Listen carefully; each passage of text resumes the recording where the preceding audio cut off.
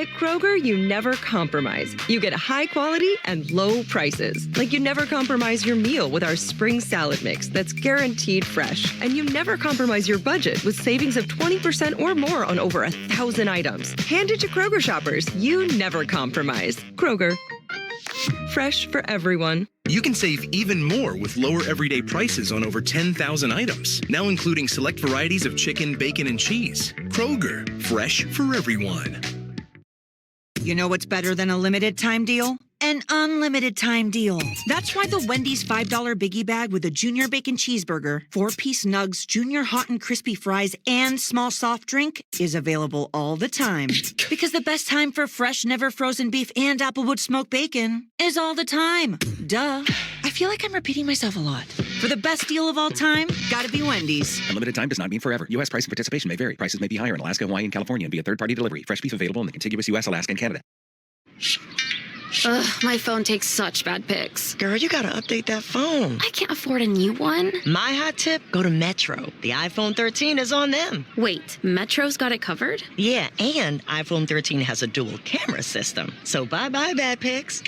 Ooh, my profile pics are about to be on point. Get iPhone 13 on us when you join. Only at Metro by T-Mobile. With virtual MasterCard after third month, bring your number and ID to a $50 plan with AutoPay. $55 first month.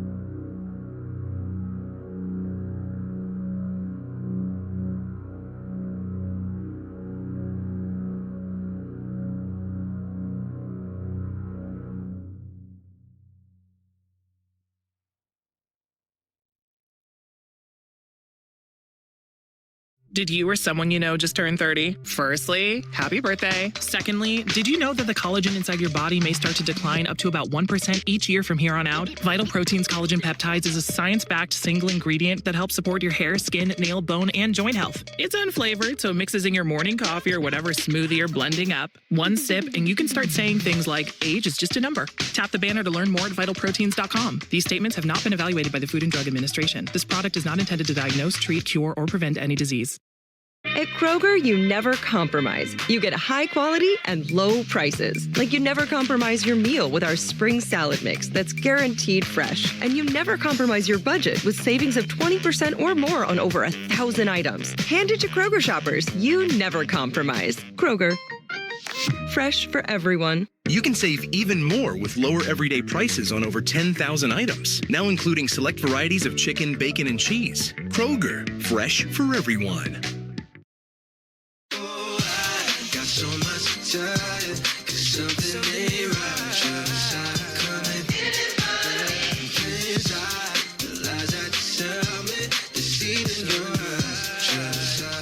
You're listening to In Plain Sight, the new single by Khalid. Listen on Spotify.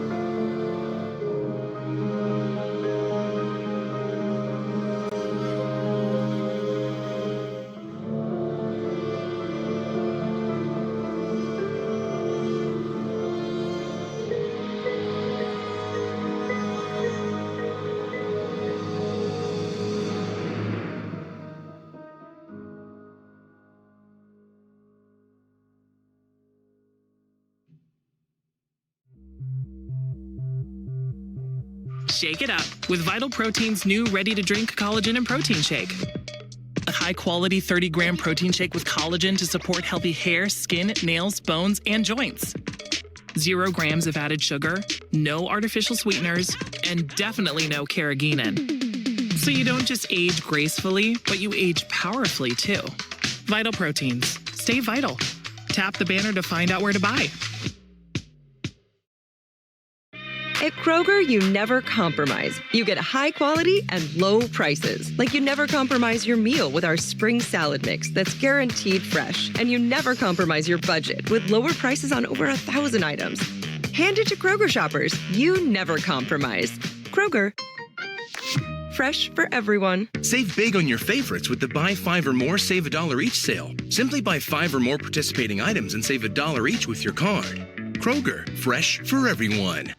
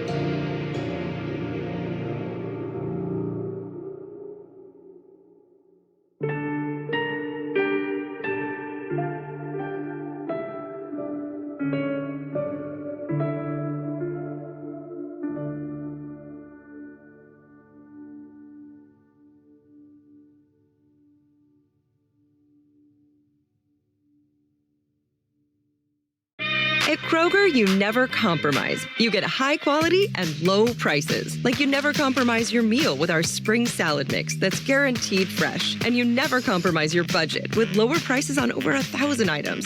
Hand it to Kroger shoppers. You never compromise. Kroger.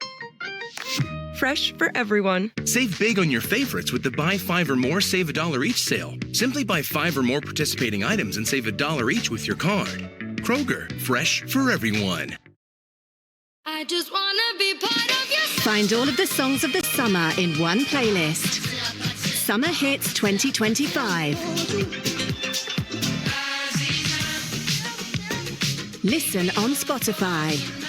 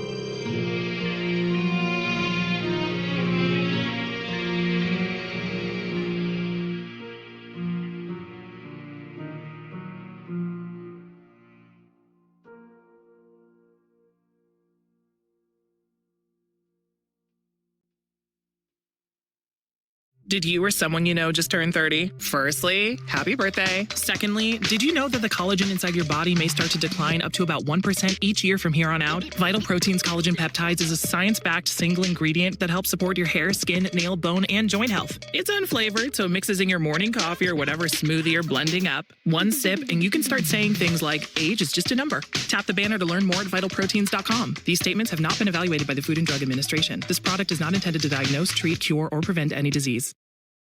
At Kroger, you never compromise. You get high quality and low prices. Like you never compromise your meal with our spring salad mix that's guaranteed fresh. And you never compromise your budget with lower prices on over 1,000 items. Hand it to Kroger shoppers. You never compromise. Kroger. Fresh for everyone. Save big on your favorites with the Buy 5 or More Save $1 each sale. Simply buy 5 or more participating items and save $1 each with your card. Kroger, fresh for everyone. So much tired, 'cause something ain't right.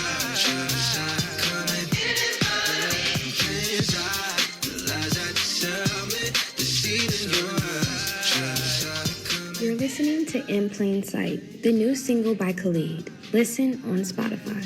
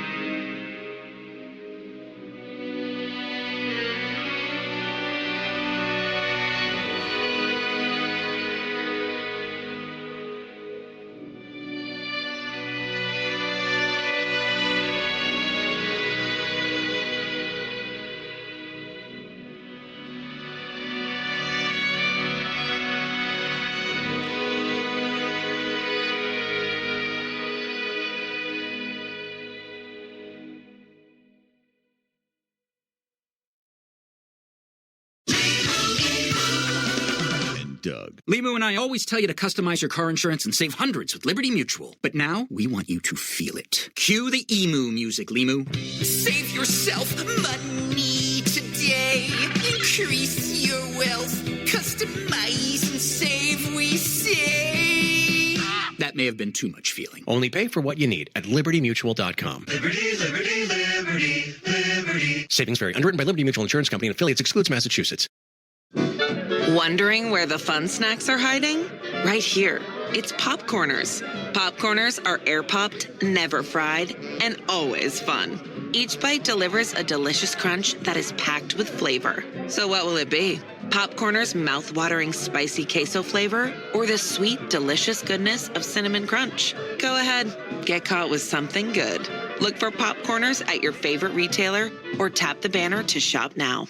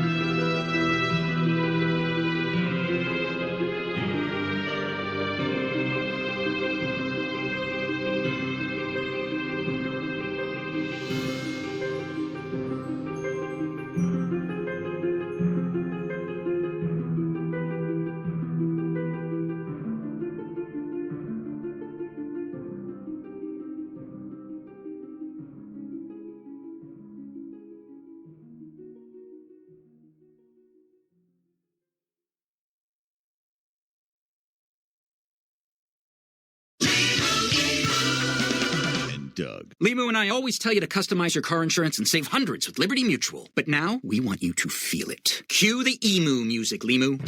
Save yourself money today. Increase your wealth. Customize and save, we say. That may have been too much feeling. Only pay for what you need at libertymutual.com. Liberty, liberty, liberty, liberty. Savings vary. Underwritten by Liberty Mutual Insurance Company and affiliates. Excludes Massachusetts. Shake, shake, shake, Sinora, shake it all the time. When you add a shake of Frank's Red Hot, you open a world of better. A world where wings bring out the flavor of game day.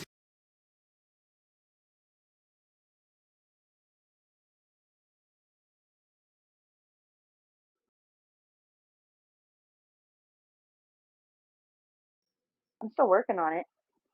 And we're live! Yay!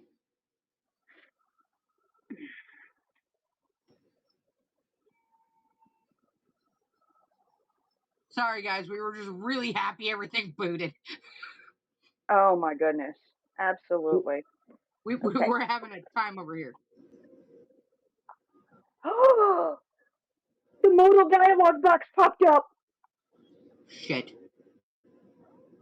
No, it popped up like it's supposed to. Oh, okay.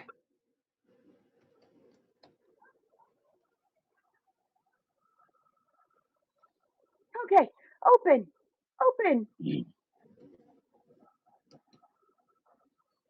All right, once you get yours sent in. I've got to get Dahlia still. Yeah, get the numbers sent. I switch over to Hood my pen. I need your numbers as soon as you can get them. I mean, it's in the email. It's in the subject line. $15.99. $15.99. Okay, and youngest fun is working on burgers and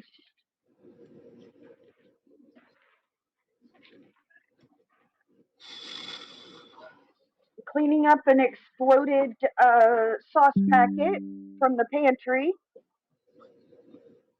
Do I want to know how that happened? No, we do not want to. We don't even know how that happened, but it is what it is. I currently cannot see the chat. I apologize. You're good. Nobody's really saying anything. We got Trisha in the comments. I know that. I'm fixing to send it out everywhere. I'm just trying to get.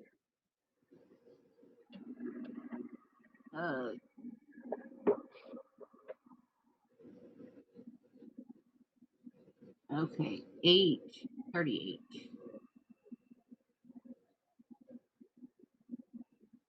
And then we'll be able to schedule the newsletter to go out tomorrow.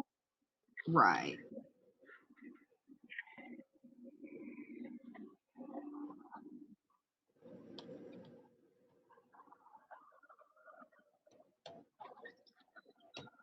Been a minute since we've had Miss Dahlia. Yes. Missed her. Missed her like crazy, but again, she's doing the adult thing of getting things together. So absolutely.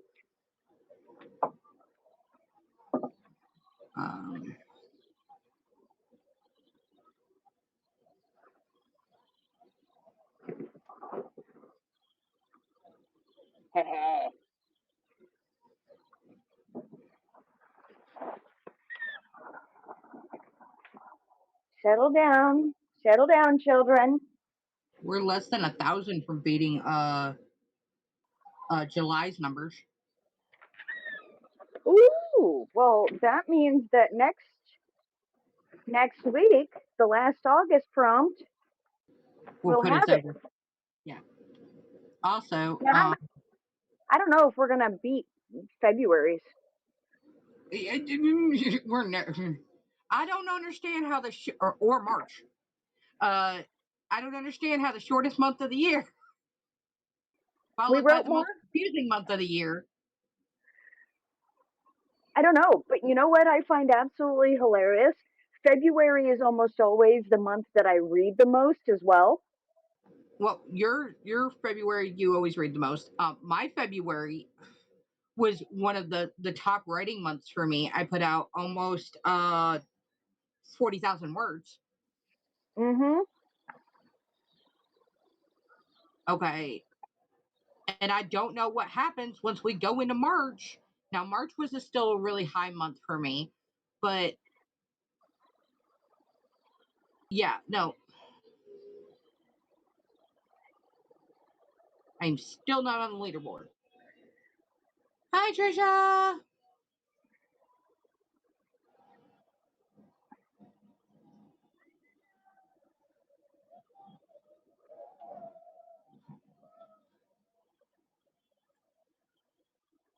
That's up, that's up, that's up, that's been sent in.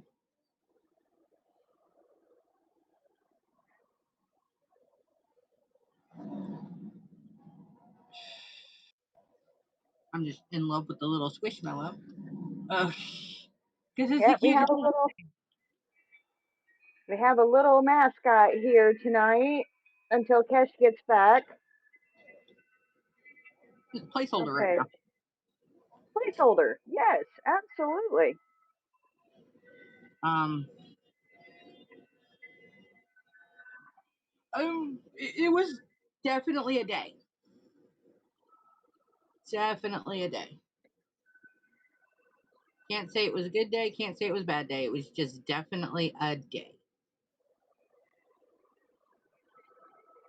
I did realize I've got 10 tons of things I need to get done, and that's nothing new on this end. Nothing new at all. What was I doing? That's already been filled in. Oh, I was sharing. That's what I was supposed to be doing. Yep, I shared it to my Facebook.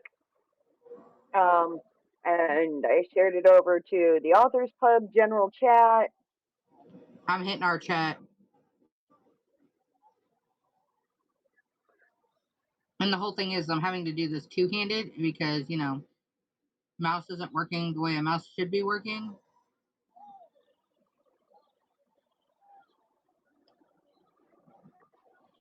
But isn't that always two-handed? Because you have to type with one hand and move the mouse with the other? No. Oh. I'm either I typing. always put something in there or something like day 2. A lot of times it's a copy and pasting when I'm moving between servers. Right. So it's not that big of a deal. But yeah, we had Async in here earlier, geeking out over our nerdy conversation. I go, occasionally I let my nerd out. I mean, who am I kidding? Yesterday I was wearing a Legend of Zelda t-shirt, and now today I'm wearing a Lifeguard Aquaman t-shirt. I'm just wearing a black shirt. And it's like I'm wearing a black tank because it's, mind you, it's not humid outside. I am very thankful for that. We have like damn near no humidity today. But it's so beautiful outside. I'm sitting there like, no, it's still tank tops. Yep. So I ran to the store, and one of the ladies in the store, because I'm in a pair of salmon colored sleeping pants. And I have a shirt that looks just like this. It's in the same color, but I don't know what the hell the shirt is. So I'm wearing the black one for that, and then I'm wearing the salmon. I'm like, I'm just running to the damn store. If anybody doesn't like the way the hell I look, that's a them problem. That is a them problem. So, and I was just running into CVS for like a minute. So I go running into CVS, and I got like 3 women just staring at me. Now, mind you, I live in a very small town. Izzy can attest that. I live in a very small town. So on a Sunday, we're damn near dead.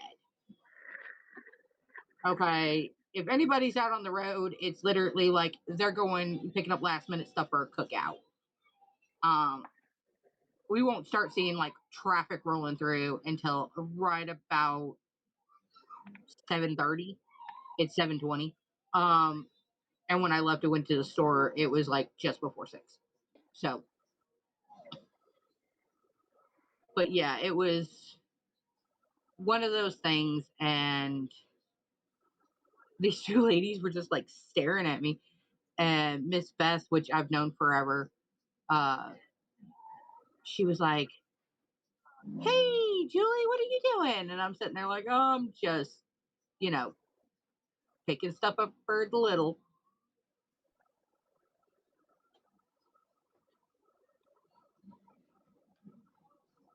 Okay, what the hell? Okay. Duplicate.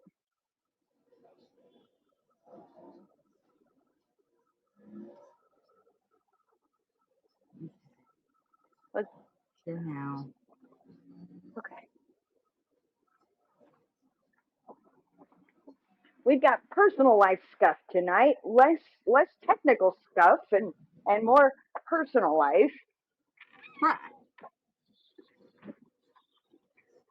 But by George, I had the stream up live on time. All right, I'm gonna turn this way so that Spawn is not on camera. I mean, he's legally old enough to be on camera. He just don't like to be, so I honor that. And you know what? That is fair and valid, and not a lot of people.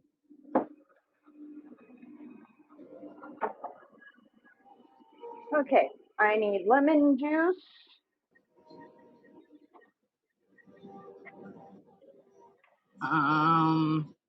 And sugar. You ever see something and you hope like you see something posted online, like a video or something, going, "Damn, I hope your probation officer doesn't see that." No. Oh, just me? Okay. No, I'm the kind that has conversations with people and then remember people I hung out with on AOL 26 years ago, go searching for that person, and all of his profile pictures are the same ones that he sent me in 1999. Yeah.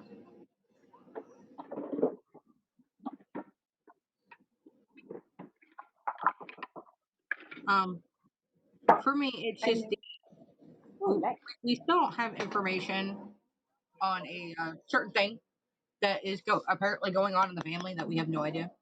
With my husband's sister, and in that process, she has a video of her and this new person taking shots. And if I'm not mistaken, she's still on probation. She's also a recovering alcoholic. So I'm sitting here in the back of my mind going, "Oh shit." Just, oh shit. Right. Remember, we don't talk about such details. Yes, yes. Sorry, my bad.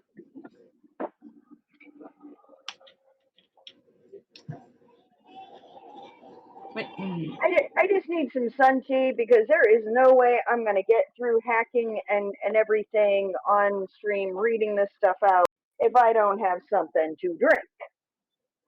Right. I mean, we got to keep the vocal cords lubricated. It's the reason I got a Dr. Pepper here and I got a freaking Red Bull in the fridge. We good. Yes, yes. Well, I don't have any Dr. Pepper. I'm sorry, I can't just feed it through the screen. That is okay. Out of all the things from the cartoon The Jetsons, literally from all the things from that cartoon, that we honestly thought as kids we were eventually going to get,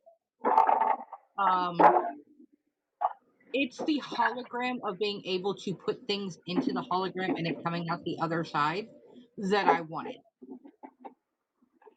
So it's like when we're like this, and it's like, "Oh, you need something? Hold on a second. Walk into my fridge, grab it, and then put it through the phone, and then you grab it from the other side."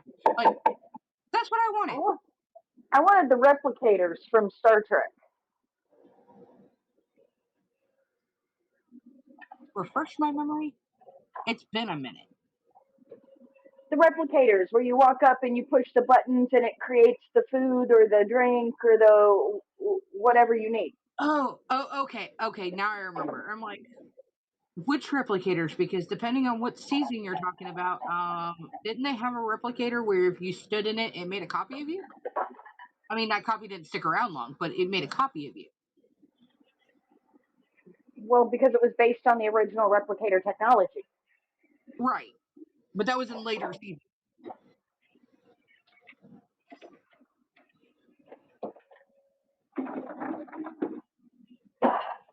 And Trisha, don't worry, we're gonna get all your events onto the calendar as soon as we get a solid second.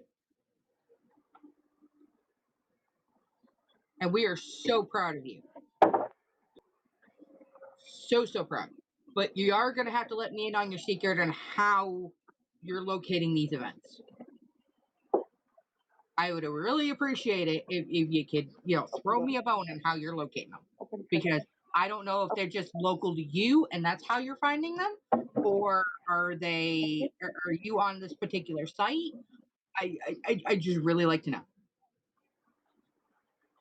Because I would like to go ahead and set up my season for certain things, and I can't do that because the particular document that was sent to me isn't very accurate.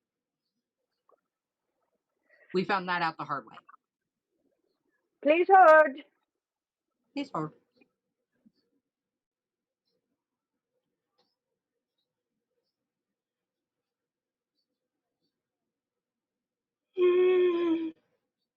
Ta-da!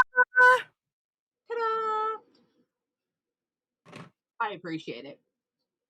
I would appreciate that immensely.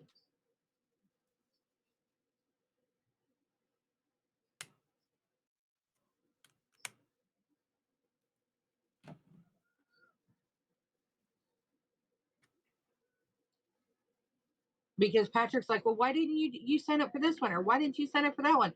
I said, because I did sign up for those a while ago, and I got nowhere. And they're not exactly giving. A lot of the bigger events aren't exactly giving you a, hey, I'm sorry you weren't picked, or hey, we put you on a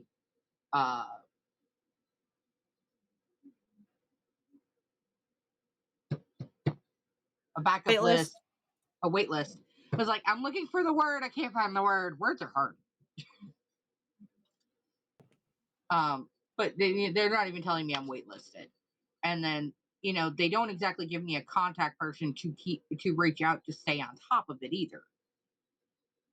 So by the time we are finding out, hey, they just let this person in, or this person got picked, and it was a last minute thing, you're sitting there the entire time going, I've had mine in since last year and got nothing. Right.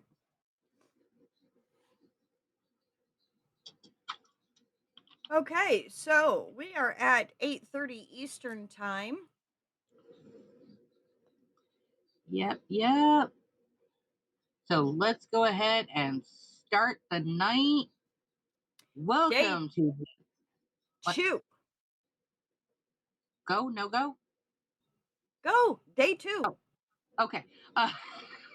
Welcome to the Hold My Pen Promptcast. I am your host, Julie DeFisher, author of Destined for More, 4 Queens for 14 series, the Destin Chronicles, the Double Edge series, Iron Vein, which is where Cups and Cufflinks come from. You have my lovely co-host, Miss Izzy Krause. Why are you wriggling your nose like that? Because you say my name weird every single week, and I'm like, what the hell? Are we trying to do a WWE announcer voice? Kind of, yeah, that's what I was going for. We need cheers for the background going, ah! Not my alarm. But it is so blurry. We've got It's not blurry. No, the You're a little fuzzy side. over on the mainstream. Well, even the like all the follower goal, the chat stuff, it Oh, that all. stuff's been blurry for like 2 3 weeks. Why the hell? Yeah, no, that's been blurry since the last update. I thought you knew. No, I did not pay attention. Okay, we'll figure that out. Whatever. Because backstage, we are clear as hell. Hey, even on the mainstream, Tesh is clear. The edges are a little fuzzy, but not too bad. Okay, on my side, she's clear. I'm clear. I'm about as clear as I normally am. So, and then you're a little fuzzy, but not like bad. Not as bad as that one night. Oh my god. Right? Thank you, Trisha. I got that.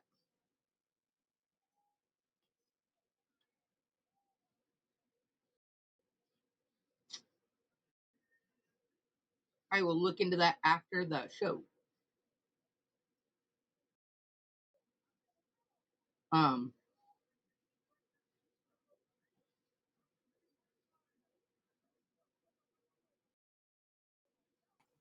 but yeah, everybody, if you would, share it out to anywhere you know to share it out to. See if we can get some peeps in here. I mean, I understand it's Sunday. Not a whole lot of people are going to be on tonight. I know our other co-hosts have other things going down right now. So, actually, come to think of it, I haven't seen Patrick all day. I might want to reach out to him and be like, "Hey, are you popping over tonight?" I know he was having some major technical difficulties, just as bad as Kesh was.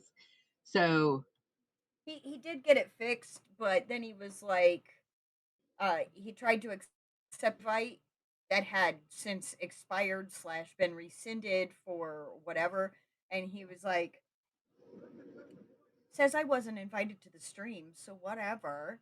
I'm like, look, the show must go on. We can't keep spending all this time, you know, doing doing the thing, well, messing we got around to with keep it. all the time doing the thing, but we've got to be actually doing the thing. Actually doing the thing. Give me just a second. Okay. While you're doing that, I'm trying to locate Patrick. Uh, uh, Discord did an update earlier, so it's like now I got to play with settings and stuff like that again. So I'm like, yeah, I don't like it. I don't like it.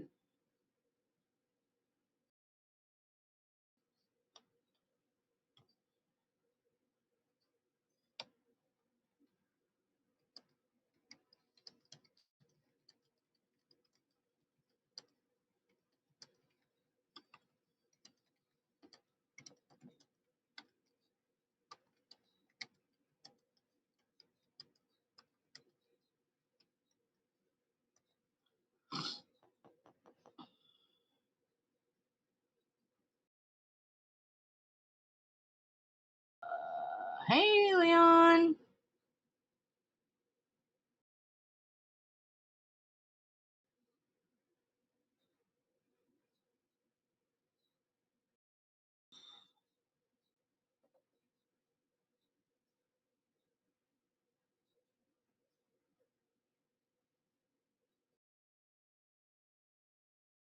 Nope.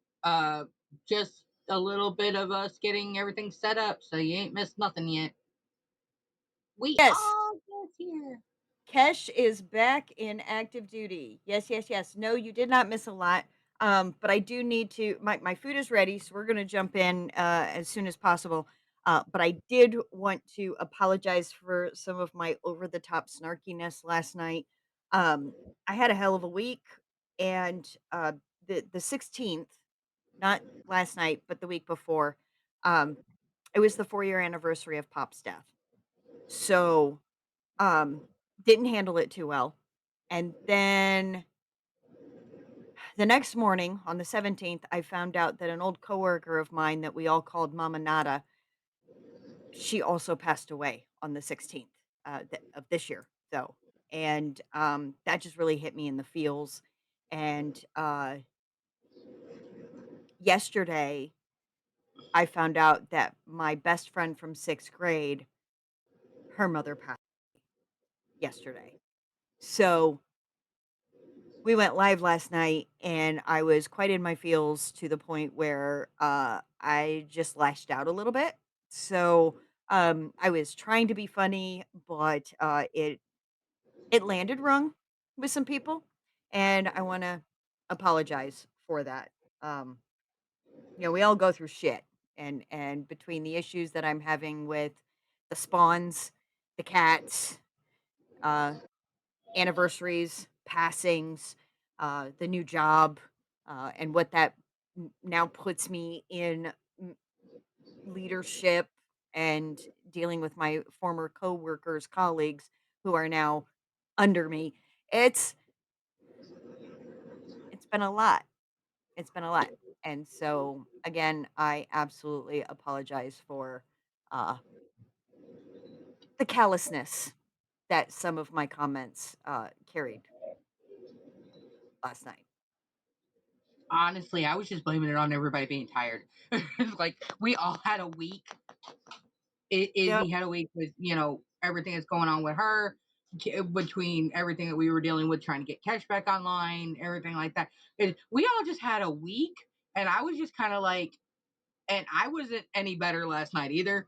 And I just kind of like, I just kept myself 95% of it. I just kept myself muted, and it was just like I might have been overly critical with a lot of stories last night. Um, and offline, PA's like, did you have to do that? And I said, have to do what? And he explained, and I'm like, well, kind of, sort of. And he's like, hold on a second. He's like, let me put it this way. He's like, did you have to do that to me? I'm like, no, I did. Very much so. Why? He's like, why? And I'm like, because you're Bubba and you'd understand. You're not going to take it personally. He's like, okay, I'll give you that one. And we just went all about our day. But I think we were all a little overly snarky and everything like that last night. And guess what? That you never know what you're gonna get over here. You really don't. You could either get like the fun loving, we're cracking up every 5 seconds, or you could get the we fixing to throw hands. There is a variation in between, but it's very rare.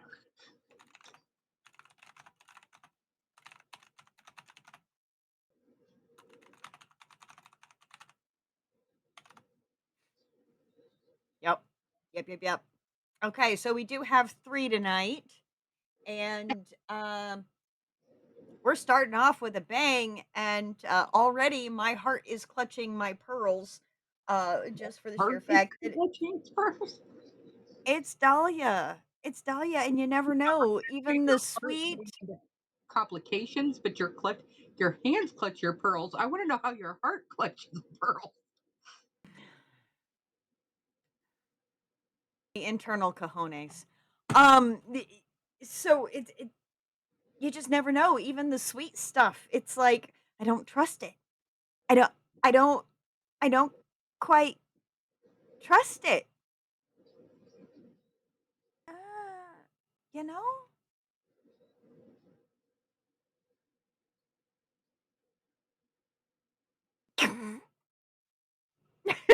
Did he really just do a dad joke in the comments? He really did just do a dad joke in the comments. Thank you, Leon. Here it is. Love you. So, Kesh says, I need 5 more minutes and I'll be jumping on voice. And Leon, because I'm saying this out loud because our video is going to be very blurry on the side. This is not going to be viewable to viewers later. He goes, don't know if you can jump on voice given that sound is not solid, but okay. Yeah, we just got a dad joke in the comments. Love you for it. Like, keep them coming. Not really, but keep them coming. Right? And it's intelligent. It's an intelligent dad joke. That's the thing, right? I've never really liked dad jokes that are dumb. Like it's like groan worthy. But one that makes you stop, read it again or go, say that again? And it just suddenly clicks. It's an intelligent dad joke. It's like dun dun dun wah wah wah. It's more of the he did not. Yes, he did. Okay, we're just gonna acknowledge that and keep on We're gonna rolling. go with it. We're gonna go with it. Yep. But yeah, even with Dahlia's sweet stuff, and when she does do the sweet stuff, I think it scares me more. I know, because I'm We, going, wait a minute. In the next installment of this, is it gonna be is that when the hammer's gonna drop? because remember the Wally one started off really solid, and it was Oh, really sweet and everything like that. really And sweet. And then it went and missed the turn to Albuquerque. no, it got the turn to Albuquerque. I think it made it past the turn. I think it made it past the turnpike, but it ended up getting hit by an 18-wheeler. It missed the turn at Albuquerque. Because that time we were trying to go to Albuquerque.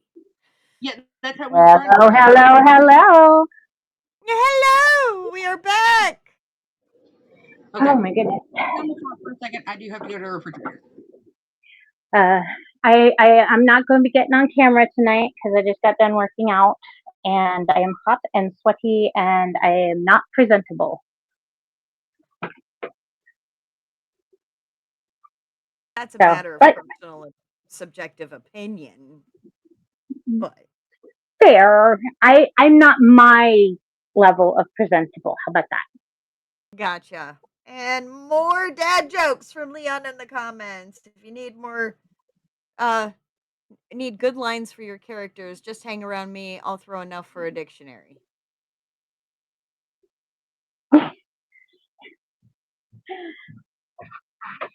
That's great. That's great. All right, so day 2 of episode 34. Use this start line. It wasn't the storm that terrified me, but what was hiding in it. And up first is Dahlia McEachern.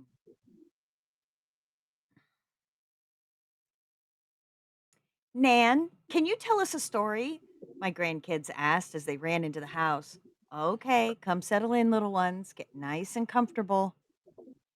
When I was a young traveler, experiencing the world for what it was, leaving home and exploring the world and learning all about the creatures we share this wonderful world with, as I was young, I found myself getting lost many times, trailing away from the paths.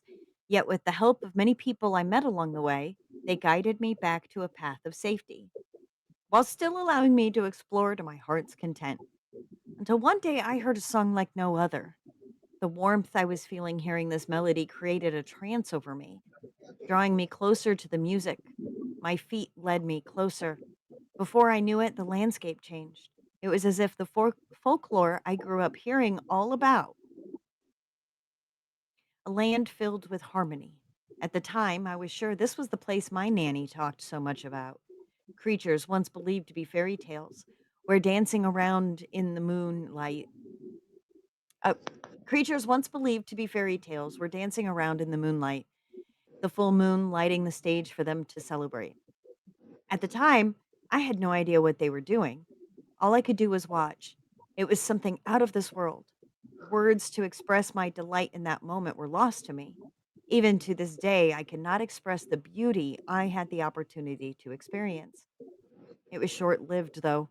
As I left the edge of the path, my future was gone forever. There was no turning back.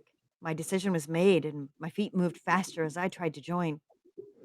Halfway into the celebration, the moonlight disappeared. The warmth I was once feeling was gone. Looking up to the sky, I noticed the moon was replaced with a bloodthirsty creature, its eyes staring at me while drool slid down their chin. I knew immediately what was happening, though it was too late. There was no turning back. This was no fairy tale. It was the invisible storm told from various folklore stories. So many variations, yet all having similarities. An invisible storm. Wow, that must have been really scary. You could have gotten really injured. Storms are terrifying, yet alone invisible ones, my grandson interrupted. It wasn't the storm that terrified me, but what was hiding in it, the creatures that lived inside, mutated creatures, bloodthirsty and ready to feast on you. How come you didn't notice the signs? We are taught to be hyper aware for our own safety. You could have escaped or stayed away if you had your awareness, my granddaughter blurted. The signs are hard to spot. An invisible storm that only shows itself once you are inside it, similar to the other folklore. The signs are like the yin and yang between auspicious and inauspicious. My awareness was dull back then, but I survived and adapted fast, for it was the only way to live. Each day became treasured, for it could be my last. Why didn't you just leave? My grandson asked. Ah, if I could, I would. You see, once I entered the storm, it became visible, and the walls closed off any possibility of escaping. I was trapped. Immediately, my life hung in the balance for years. I was alone until I met others. They were in the storm far longer than me. So life became slightly easier with these new acquaintances. Is that where you met Papa? My granddaughter asked. Yes, your Papa was quite a catch. I never thought I would find love in the storm. Before I knew it, I had little kids we cared for. And with that, we moved through the world as the storm moved around. Did you ever escape? There has to be a time to escape. Like when newcomers come, the walls have to be down now. My grandson said, no, we live our lives in the storm. There is no escape. You, my dearest grandchildren, will never experience the outside world. We will live our lives in the storm. So enjoy the life you have today because tomorrow is a new day and there is much to enjoy no matter where you live. We will never get to see the outside world, my granddaughter blurted. No, but I and all the newcomers not born in the storm will share all the stories of the outside world. For the world is ever changing. We can live through them as if we are out there with them. Tell us a story from the outside. What are the creatures out there like? Do others live like we do? Always hyper aware of the predators around them? They both asked, excited. Bedtime, my little ones, or we will save a story of the outside world for another time. Aw, please, pretty please, they pouted. Next time, my dearest.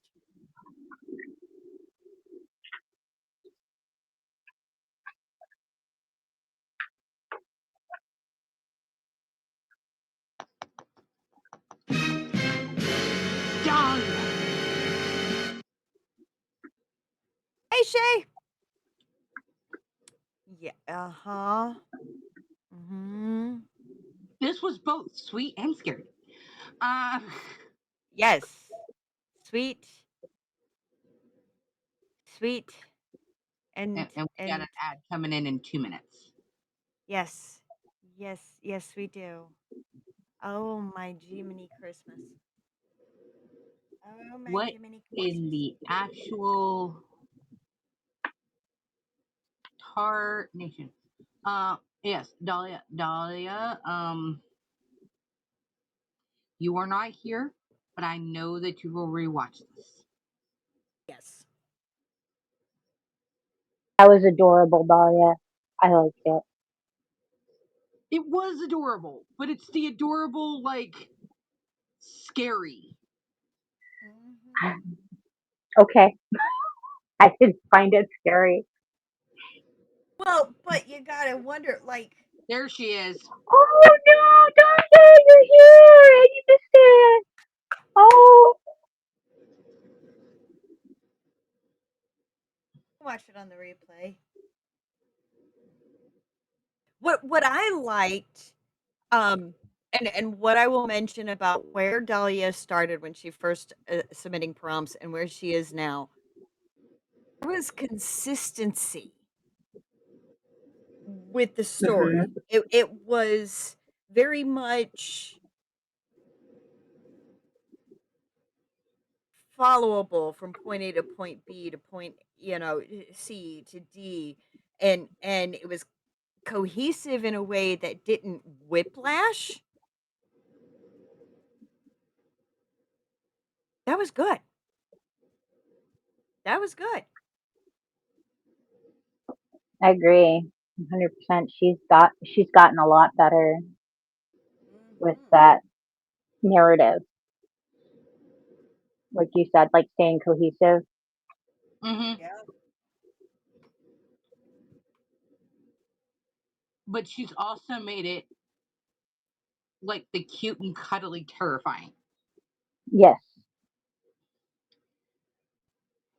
It's like, oh no, I'm a squishmallow. No, you're not. No, you're not. I am for tonight. Yeah, you are.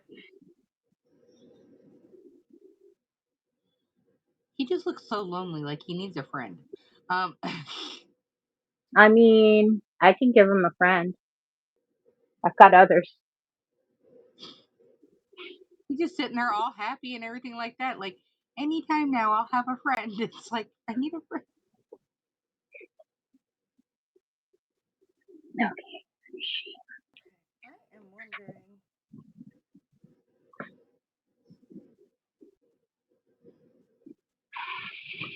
So it looks clear on the back end. So it's clear in the program studio mode. That's not a secret.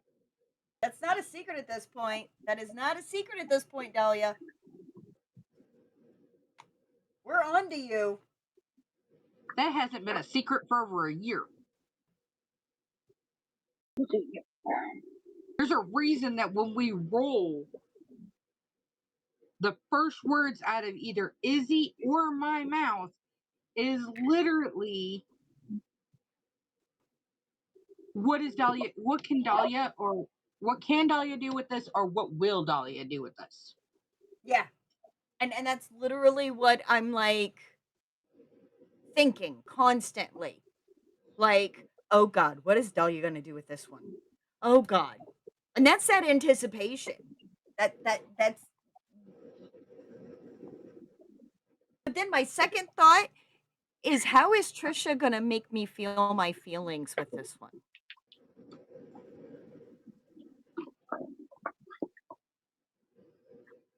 Oh, we definitely missed you. No, not that it's important. I mean, the fact is, we have her little squishmallows on the screen, which means it works.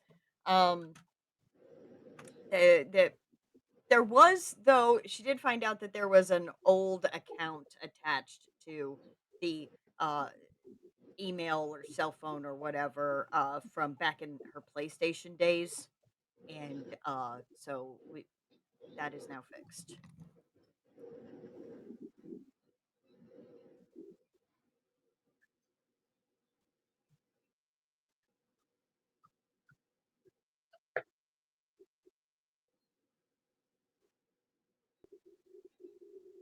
Okay.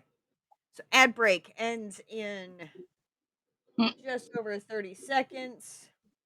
Yes, the account is older than her child. Now, if an account is older than my children, kind of like my Yahoo email is older than my children. That would be like which Yahoo email, because some of my Yahoo, or actually both of my Yahoos, are older than your kids. I only ever had one Yahoo. Did I have a crap ton of Hotmail? Yes. Did I have a crap ton of AOL/AIM? Yes. Do I have a crap ton of Gmail? Yes, but I only ever had one Yahoo. Oh no, I only had one Hotmail, a crap ton of uh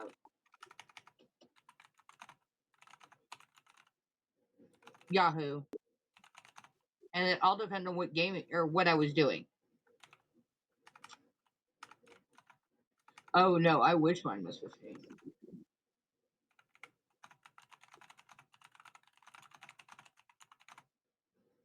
Mine is like, what? My original Hotmail is, I think that's from 6th grade, 7th.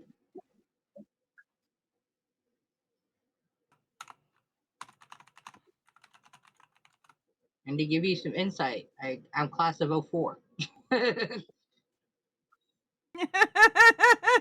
By '04, I'd had all 3 of my children. Right. It's like,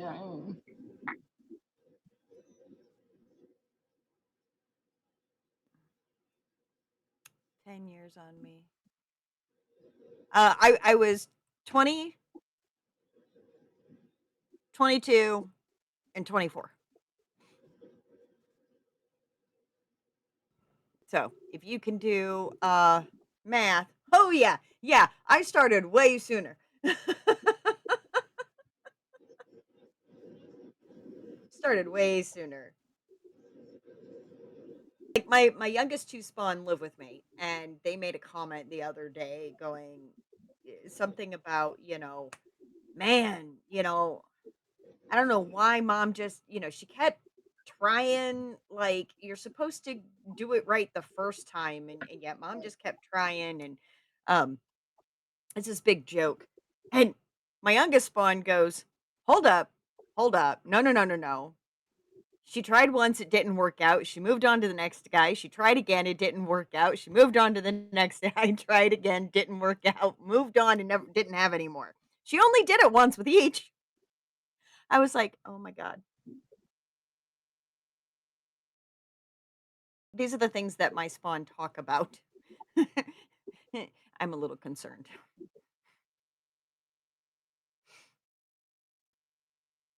A little concerned.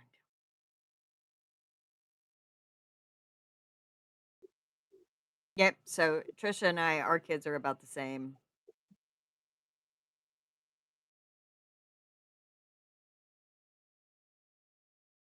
Well, but to be fair, Julie, your children, yeah, the first 4 are stepchildren, because we won't even talk about how the fact that my oldest is, if we're including stepchildren, my oldest is only 8.5 years younger than me. Definitely not old enough to be their mother.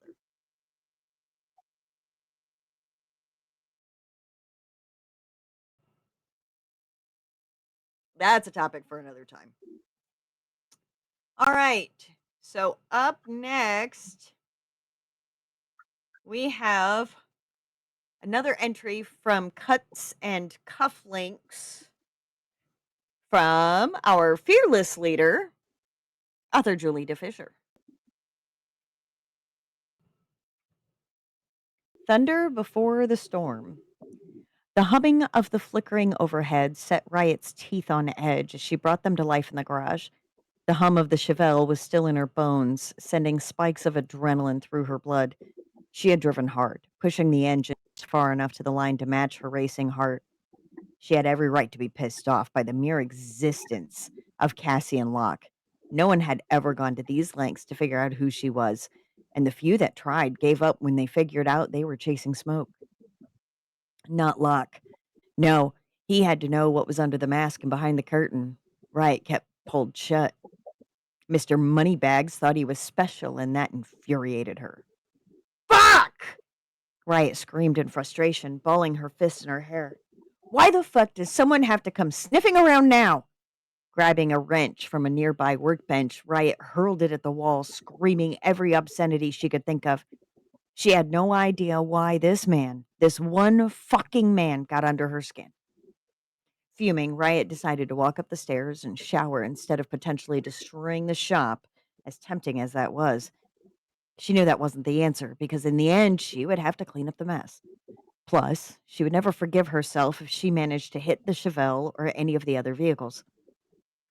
Having multiple places to lay her head was one thing Riot liked about her nomad lifestyle. It also made it harder to be located.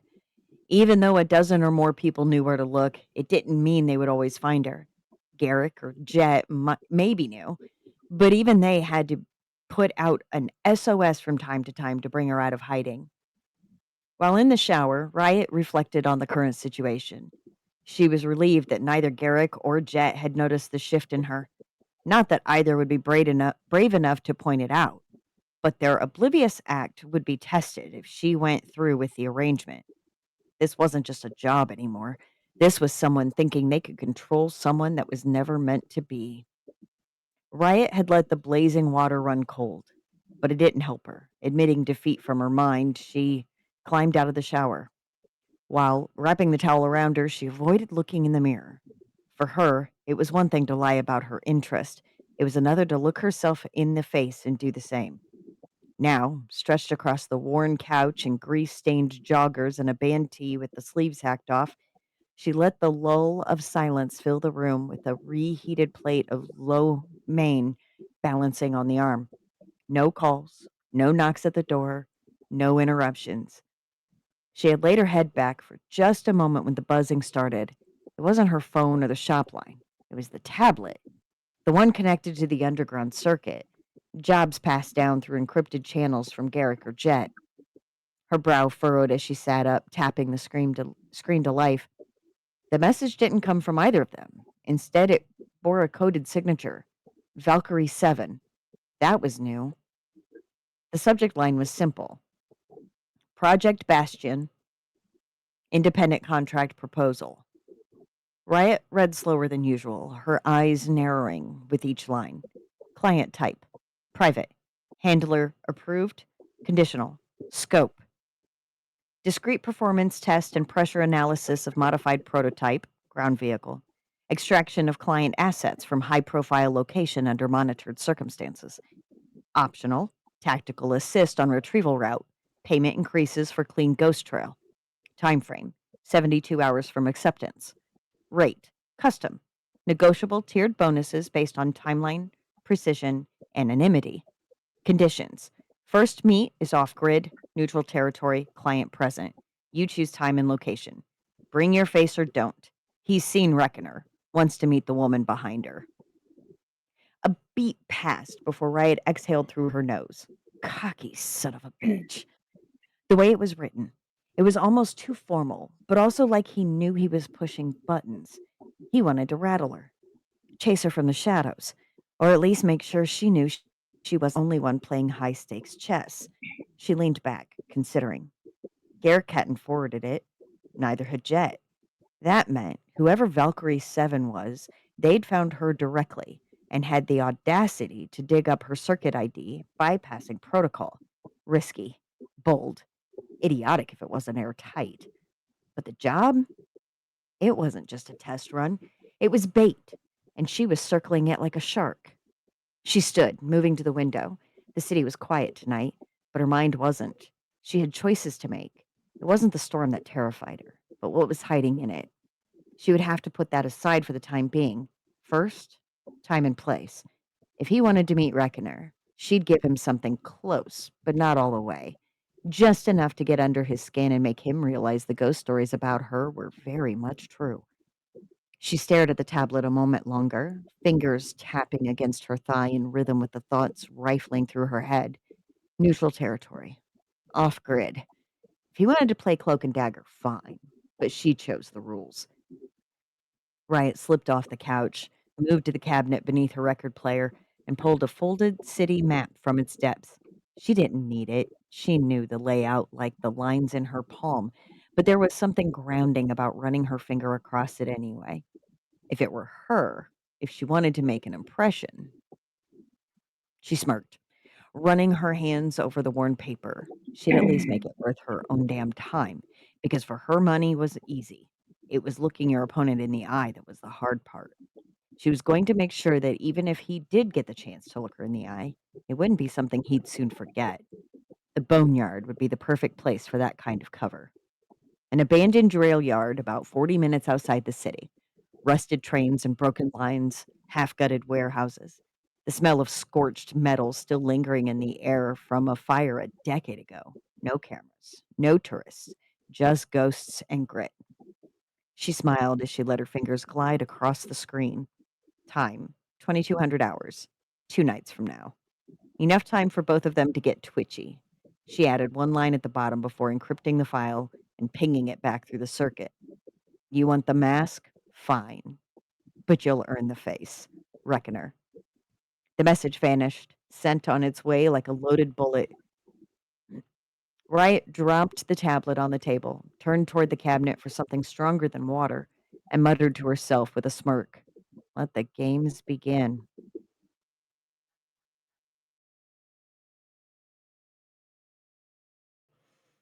Across the city, Cassian sat in his private study at Lock Estate, awaiting news on his proposal. The ping hit his phone like a shot of adrenaline.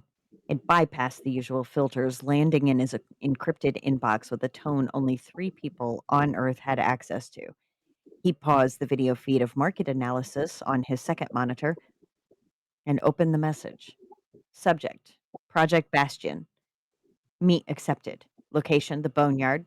Time: 2200 Friday. Note: you want the mask? Fine, but you'll earn the face. Reckoner.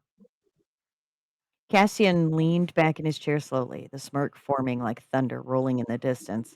She bit. More than that, she threw it back at him, wrapped in barbed wire and confidence. It was clever, bold, exactly the tone he'd expected, exactly the kind of challenge he'd grown addicted to watching from the shadows. But now she had a voice and a hand in the game. He closed the message and steepled his fingers beneath his chin, eyes narrowing as he considered the location. Remote, risky, unpredictable. He wouldn't go in alone, but he also wouldn't bring a fleet. Not to this. Not to her. Reckoner, he murmured aloud, letting the name settle in the room like smoke. We'll see how much of the myth is real. Outside the study window, the wind kicked up like the night itself was listening and waiting.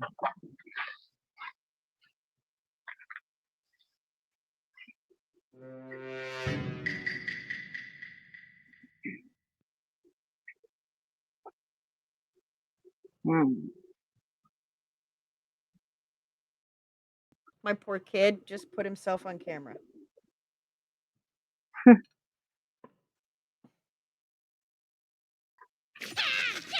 Thank you, Lex.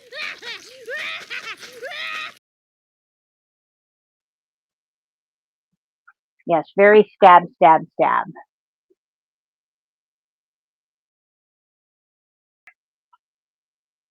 I think Julie may have found her true voice.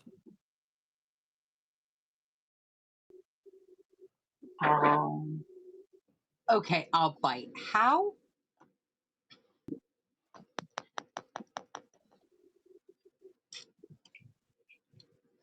There are times where you like try to put drama in and force it into it to the point where sometimes the sentences get a little convoluted. And sometimes it's hard to follow.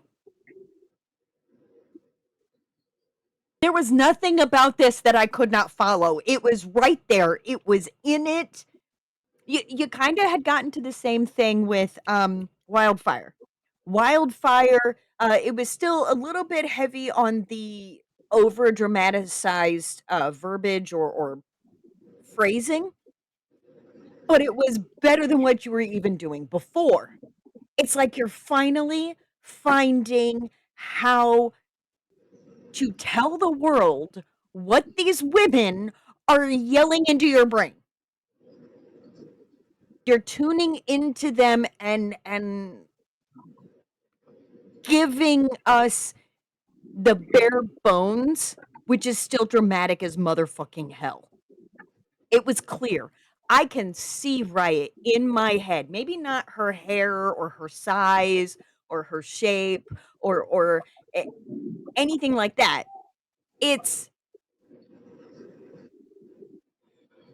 But I can see her as though I am looking in the mirror. Like I could look in the mirror and be the Riot in this story. Because that's what books are supposed to do, right? You're supposed to feel like you're a part of the story with them, or you are the character, or you're right there with them. And oh my god!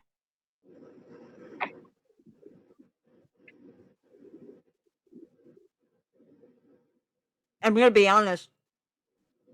That's the cleanest rough draft I've ever seen you do. You found your voice, my dear.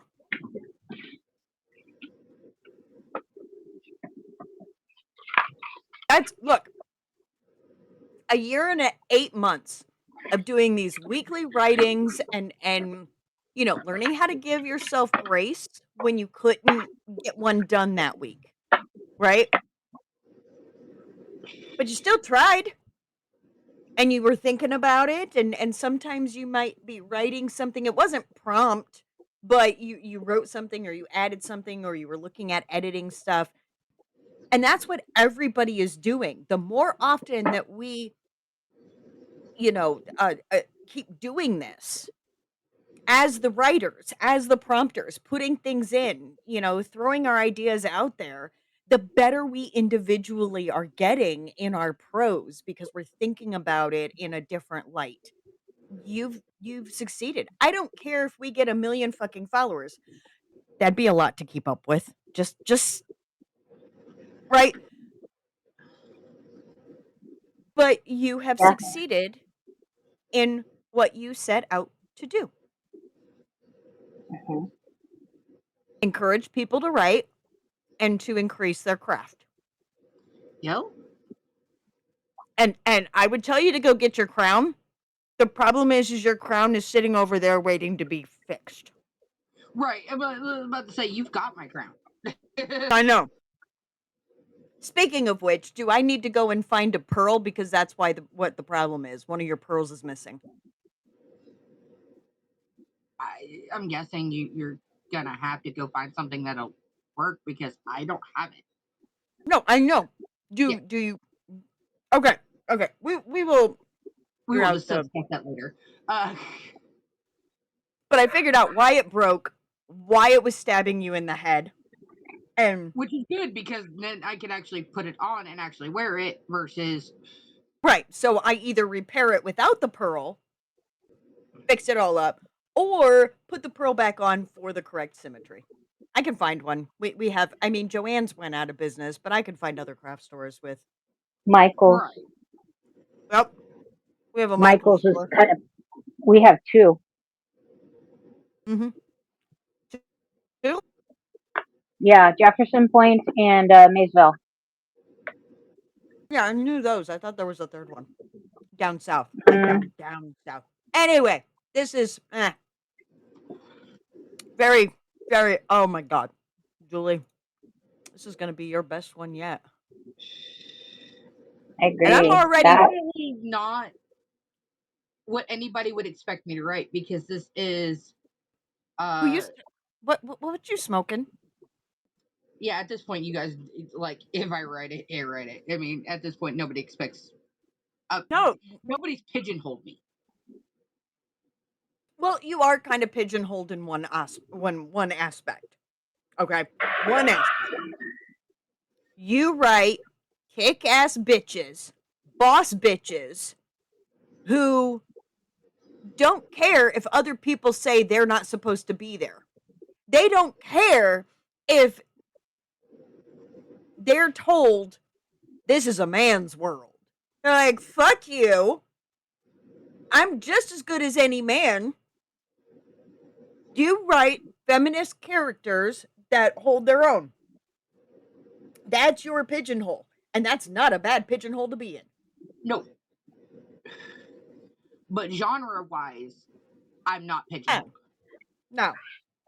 Cause badass boss bitches who people can aspire to be like is not genre specific. It is not genre specific. No.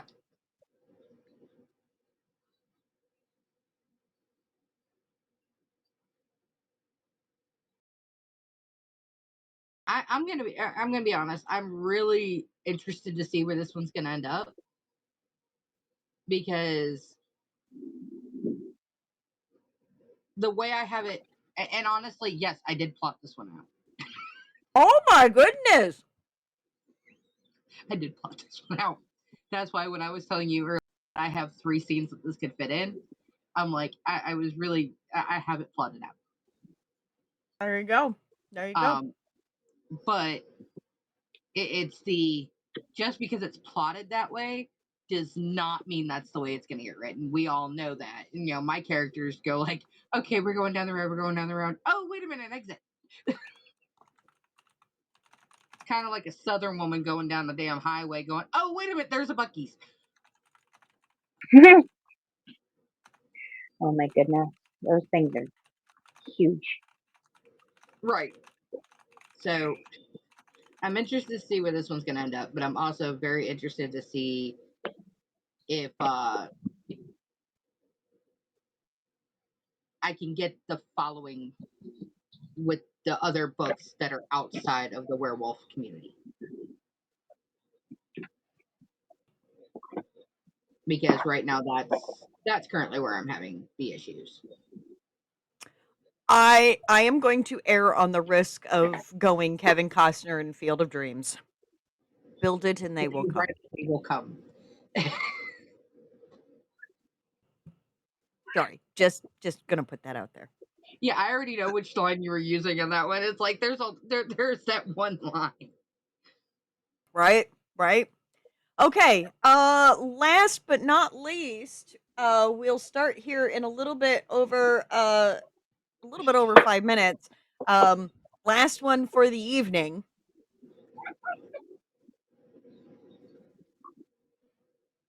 And that would be little old me with something that I haven't touched since January. Blood cipher. For a huh? Blood cipher. No. Blood But that was cipher. my first guess too. Blood cipher is Odette, Callum, Finn, Moira, the werewolf thriller. Oh, okay. And then A Whisper of Fear is Maggie, Sven, Brian, Jariah, Karen, the mom who runs away from an abusive husband, and rebuilds her life. Nope, this one, and I haven't touched my epic fantasy in the world of Matera in so long. They're just not talking to me right now, and I'm just like, that's fine. It's like they know, they understand that they are a big, huge 31 books planned thing that I need to be able to dedicate time to. I can't just keep going back and forth, and I got to be able to immerse myself in that world. So let me get these other ones out so that I can then concentrate on Scarlet Chains. No, this is a cute little foray into young YA. So I'm having to watch my P's and Q's about language and situations. But I kind of enjoy it, and I've already got it kind of planned out. And I see right back there is a kitty cat messing. Yep, there she go. There she went. She took her clothes off. Is Maggie running around naked? She doesn't shed it often, but when she does, ooh la la. She untied it. She untied it. This wow. bitch, she does not chew on it to like chew through it. She literally unties her bandana. So now she's running around. At least the other little black cat that is about the same size has a traditional collar on, and so we're good there. We're good there. All right. So, well, this ad is going to start in about a minute and a half, and then we'll have a 2.5 minute. For those who did not catch the replay yet, or have not joined the Discord or the newsletter, last night we rolled up and it was crazy, right? So Julie rolls 6 times, right? On a 100 sided die or 2 10s, as the case may be. And the first roll is from the first 100. The second roll is from the second 100. And then we move on to the next category and do the same thing. The second roll for all 3 categories was 56. I don't know what that means in the greater scheme of the world. I really don't. But that feels like a sign. And you, the people, voted on the second one of those, the start line. The key to the forgotten room felt strangely warm in her hand. Submitted by our very own Dahlia Mack, who is back with us this week. I'm scared. I'm scared.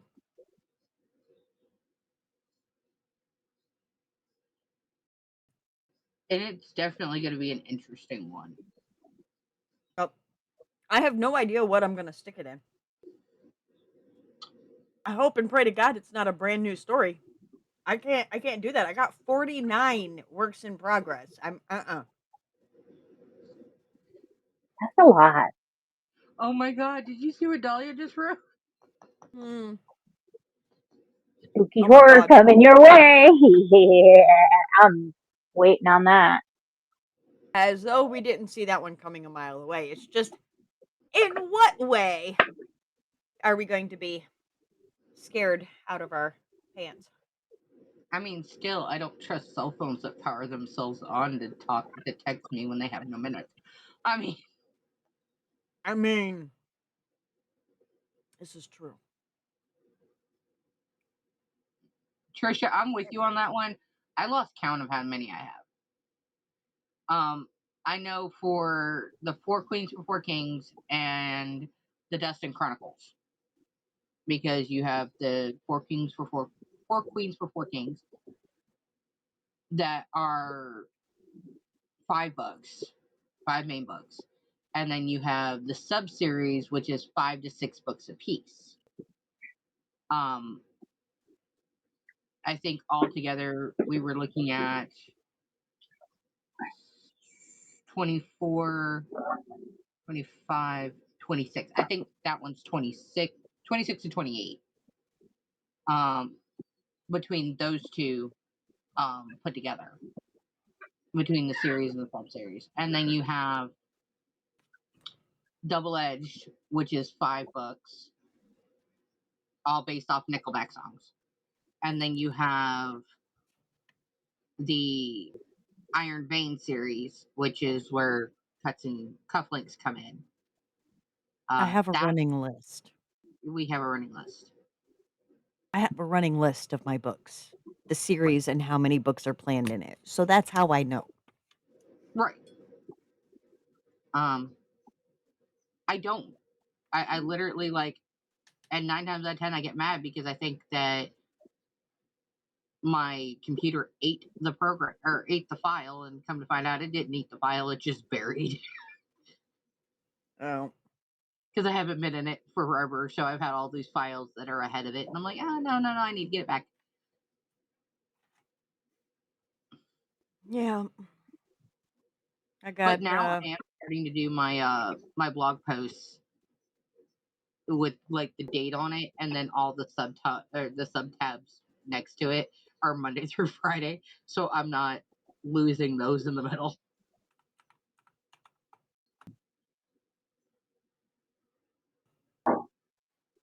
Okay. I feel better. I am not as inundated as Trisha. Okay. I feel better.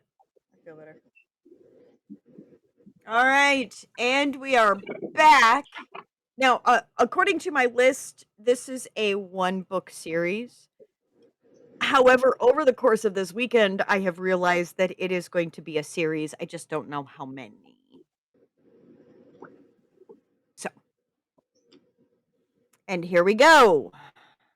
Back to the journal of Ezio. June 22nd, 2023.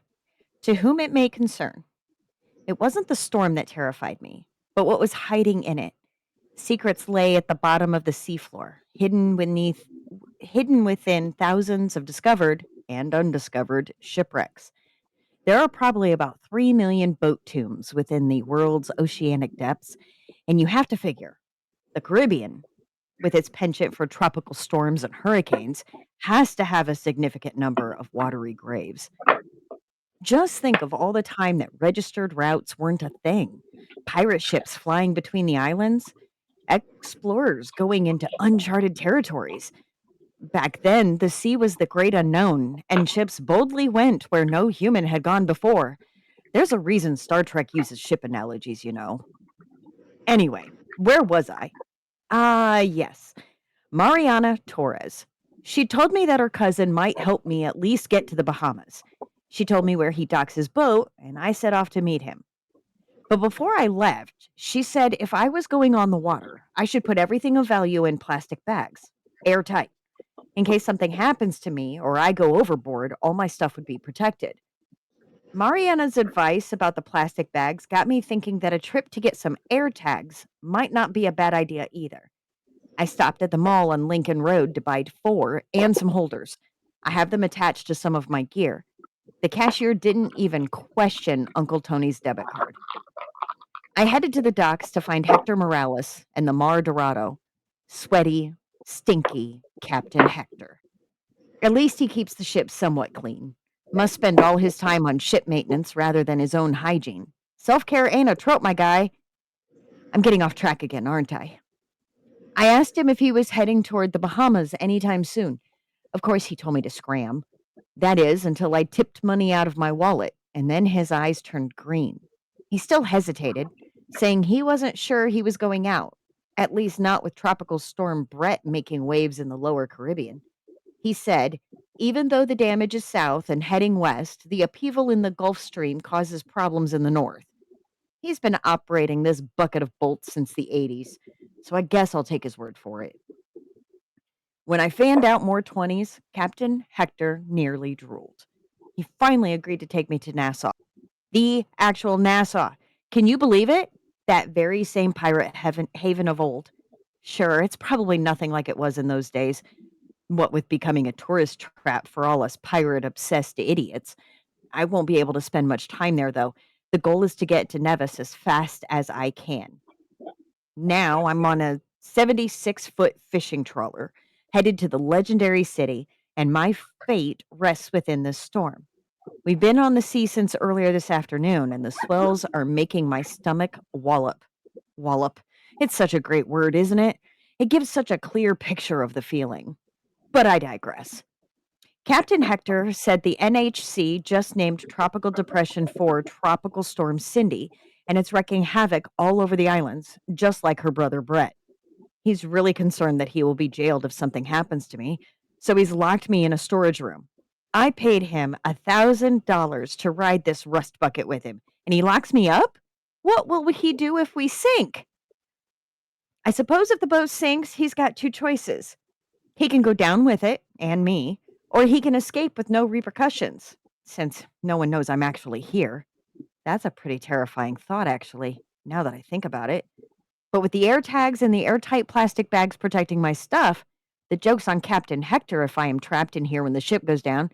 This journal will survive when they scavenge the wreck. Anyway, I'm quite distracted, as you can probably tell.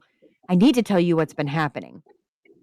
I'm not sure I know what I'm actually doing. Oh, I know I've written about my plan before, but what about when I get there? What's next? I seriously can't imagine that the fieldwork study Mom and Dad went to help could have lost them. Something else must have happened to them, and someone is covering it up. Who cares about a couple of Americans? I do. If the government won't keep looking for my parents, then I will.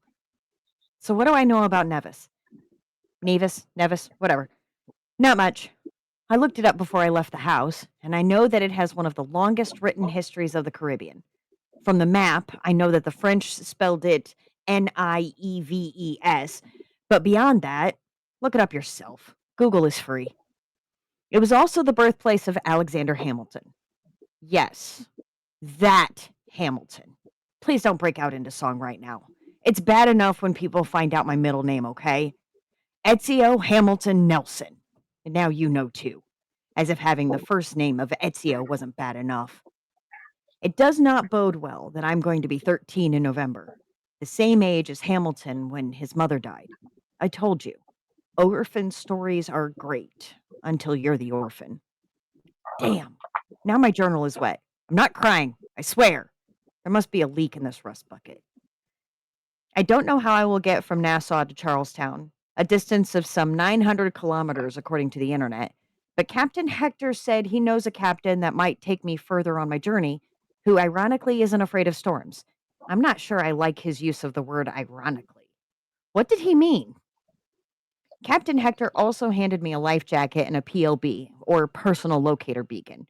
He said I should keep the PLB when we get to Nassau. I think he is warming up to me. I think he is warming to me, despite locking me up. I may be 12 and a half, but I'm not stupid. This isn't exactly an on-the-books trip. For him and the crew, they'll be able to fly through customs. This is their normal route. But for me, I'm essentially a stowaway. I suppose I will just have to see what this Captain Devereaux is like and how far he'll take me. Okay, the ride is getting a bit more bumpy. I'm going to put my journal back in the plastic and into my rucksack, just in case. June 23rd, 2023. Fellow adventurer, what a night. We made it through unscathed, a veritable miracle. Captain Hector brought me up into the wheelhouse with him after we made it through the worst of it. He won't let me take off the life jacket, though. I slept in a corner on the floor, but out of the way. The calmer rocking was quite pleasant, actually. When I woke up this morning, Captain Hector handed me a bowl of scrambled eggs, some toast, and a cup of coffee. Called me a true waterman and said I was obviously a man on a mission and deserved to be treated as such. I told you I was growing on him. We can see the mansions lining the northern shore of Providence Island, and beyond, Paradise Island and its plethora of hotels and resorts. It's beautiful, in its capitalistic, touristy, rich people way. I miss home already. He scratched that out, by the way. I miss home already.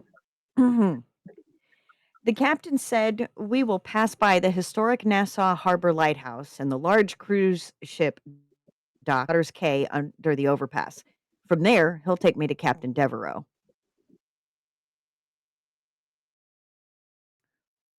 Horizontal line. A quick note as the crew docks the boat. The lighthouse was not that impressive, sadly. It was much taller than a two-story house, sure, but it looked really grungy. Captain Hector shook his head and grumbled about graffiti inside. Seems like they do what they can to preserve it, but still, hooligan's gonna hooligan, as he says. The cruise ships, though, they were huge. We slipped alongside the Prince George Wharf, staring up at them, and my jaw dropped. I went to the Connecticut State Capitol building on a field trip once, and we walked the whole length of it to show how it's one of the biggest of its kind. And I swear that these ships have to be 3 times longer. It looked like one just started letting passengers off, and the noise was deafening. Passengers and crew running to and fro. Now that we're here at Potter's Cay, it is a different kind of noise. Still loud, but in a less commercial way, if that makes sense. Sure, the fishermen, restaurateurs, and divers are hawking their wares, but they're different than those corporate jerks in their crisp white sailor suits. And the smell, brine and fish, that weird smell that comes with wet shells, it's an experience I will never forget. The colors are so vibrant on the conch shacks, and overhead, the bypass, cars and trucks running between the two islands. But here below, a major fish market and local experience that you won't get unless you go off the beaten path and adventure a little. Well, Captain Hector is waving at me, so I better go. Off to meet Captain Devereaux. I hope he warms up to me as fast as Captain Hector did.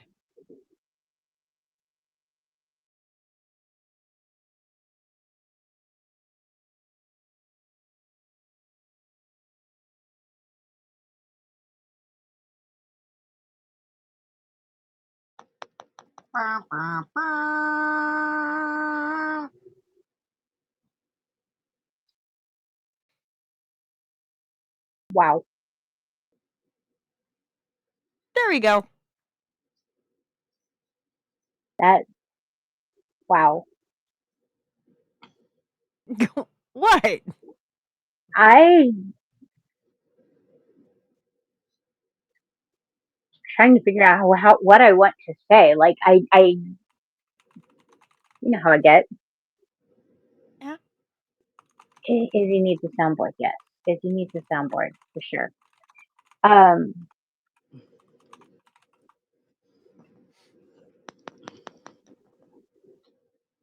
yeah, I can't talk right now. I'm so tired still. But yeah, what Trisha's saying, I want to read it. I want more. It's a good wow. I just don't know how to express it.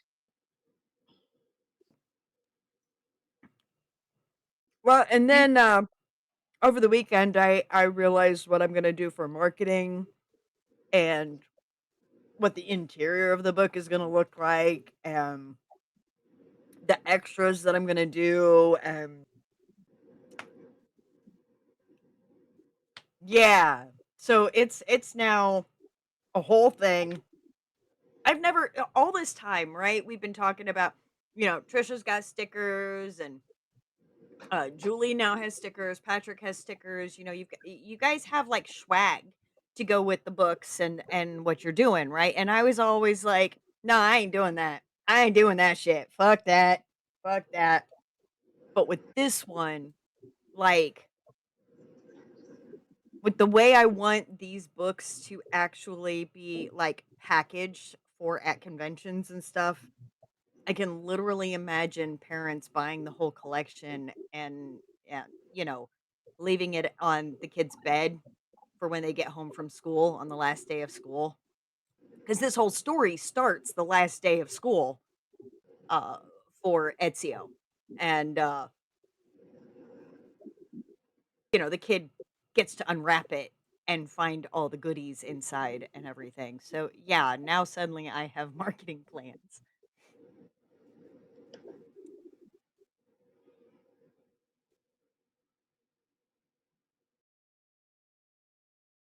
Yeah, people do want the swag, and I'm like, "Yeah, well, that's a whole lot of extra expense." It is, and I have to say that the only reason I have what I have is because of Patrick. It's not because I planned out any of that, and it's not because I didn't want to. It was I don't know what people want. For me, it's very much you know, well, do they want the stickers? Do they want the notebooks? Do they want um the stuff that goes along with it? And for a lot of people, that's exactly what they want.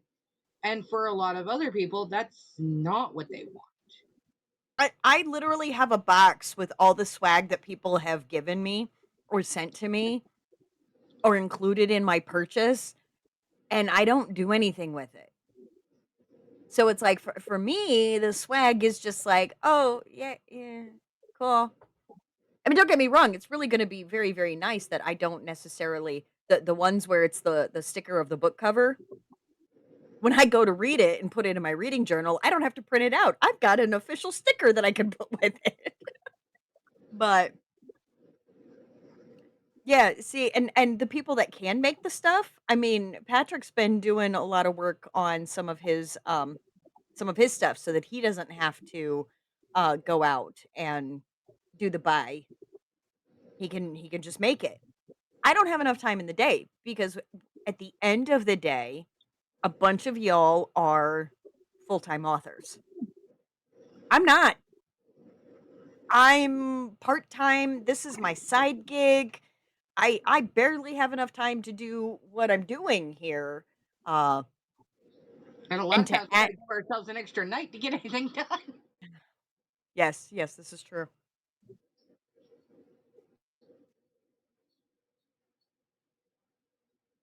You are a real author. You don't have as much like focus, No, time focus. no, I didn't say I wasn't a real author. I said I'm not a Mhm. full-time author. Okay, yeah. I mean, a lot of authors aren't full-time authors because they have to have a day job, though. Right, right. But there are a lot, like Julie, where it is her full-time job. Mm-hmm. But, she does have other income coming in from a spouse, or, you know, and we see that a lot, actually. Um, I don't have that, and I'm not jealous. Don't let anybody think for 1 second that I am jealous of the people that can be an author full time, because that has a whole different slew of challenges. And I'm sorry, I've just determined I'm not the marrying type. I'm just not the marrying type. It's just not going to be, it's not in the cards. So, and I'm okay with that. So,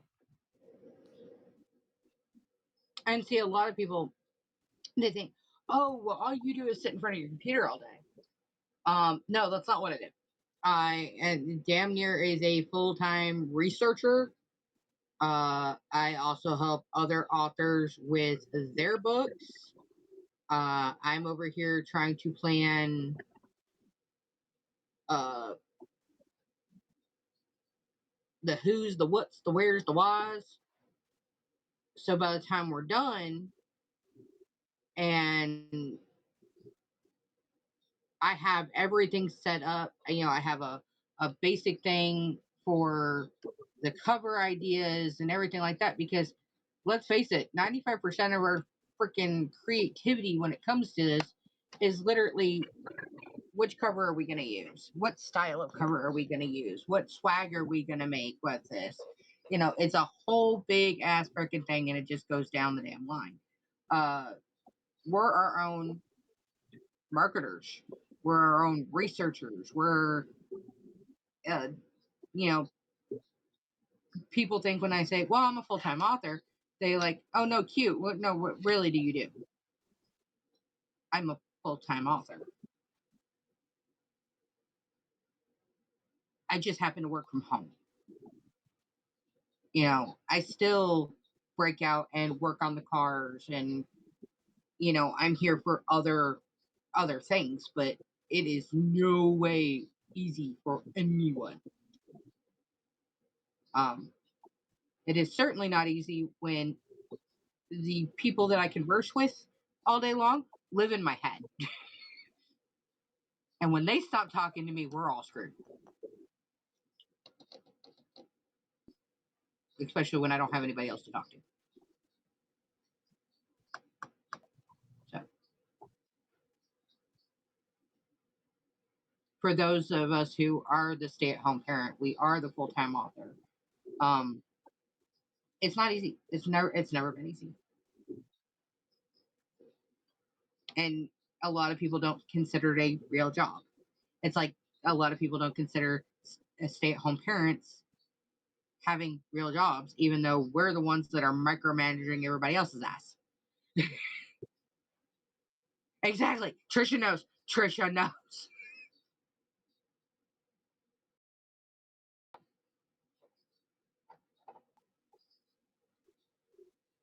So I'm just hoping that one day, all of our stuff will be out. Everybody will be great. And it'll be like, oh, there's a convention this weekend. And it's going to be like, all right, we just found out about it. We're not going to be signers at it, but God help it. Is there any last minute tickets? There are last minute tickets. All right, we're headed out. Especially if one of our crew's there. That's another thing that I would love to be able to do. It's like being able to go and see Trisha at the events, being able to go and back up our people in the most gothic way possible, because God help it, when we walk into a room, we do make a statement. Whether that's a statement that we are crazy or not, it's yet to be determined. I mean, when we walked into packing the readers, everyone was pretty impressed there.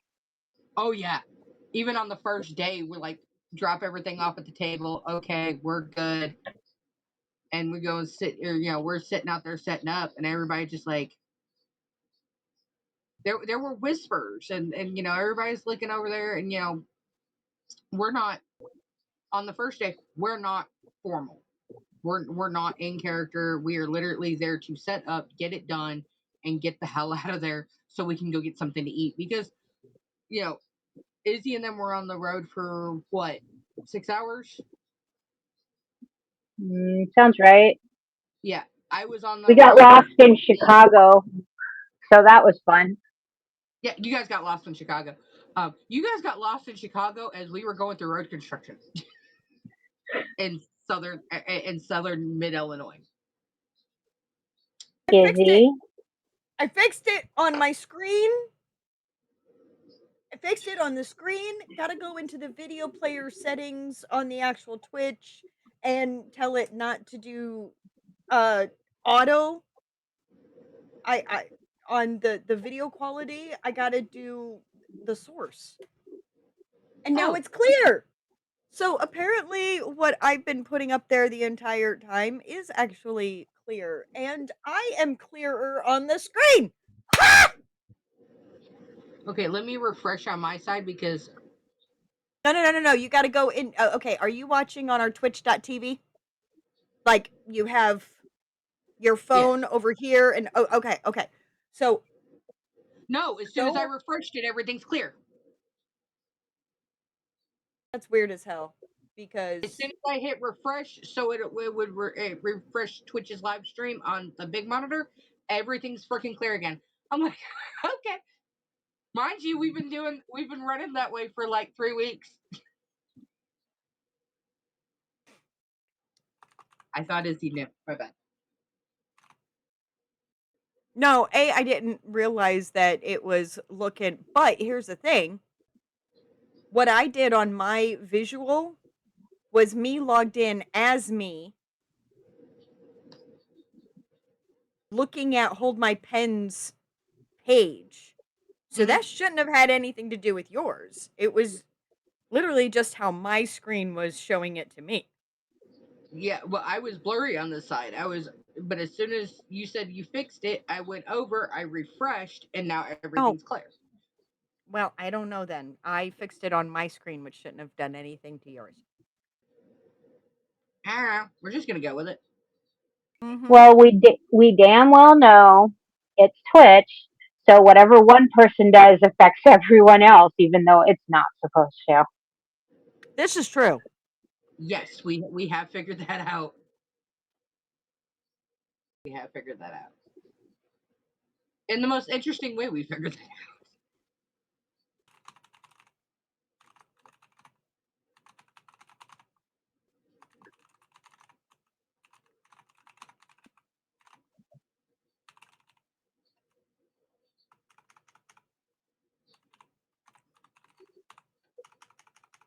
And you know what, Leon? That is very fair and valid. As Izzy says, I put a lot of drama. I'm gonna leave it at that, drama. Into my stories and into my characters. But I also give them the outcome that should have had.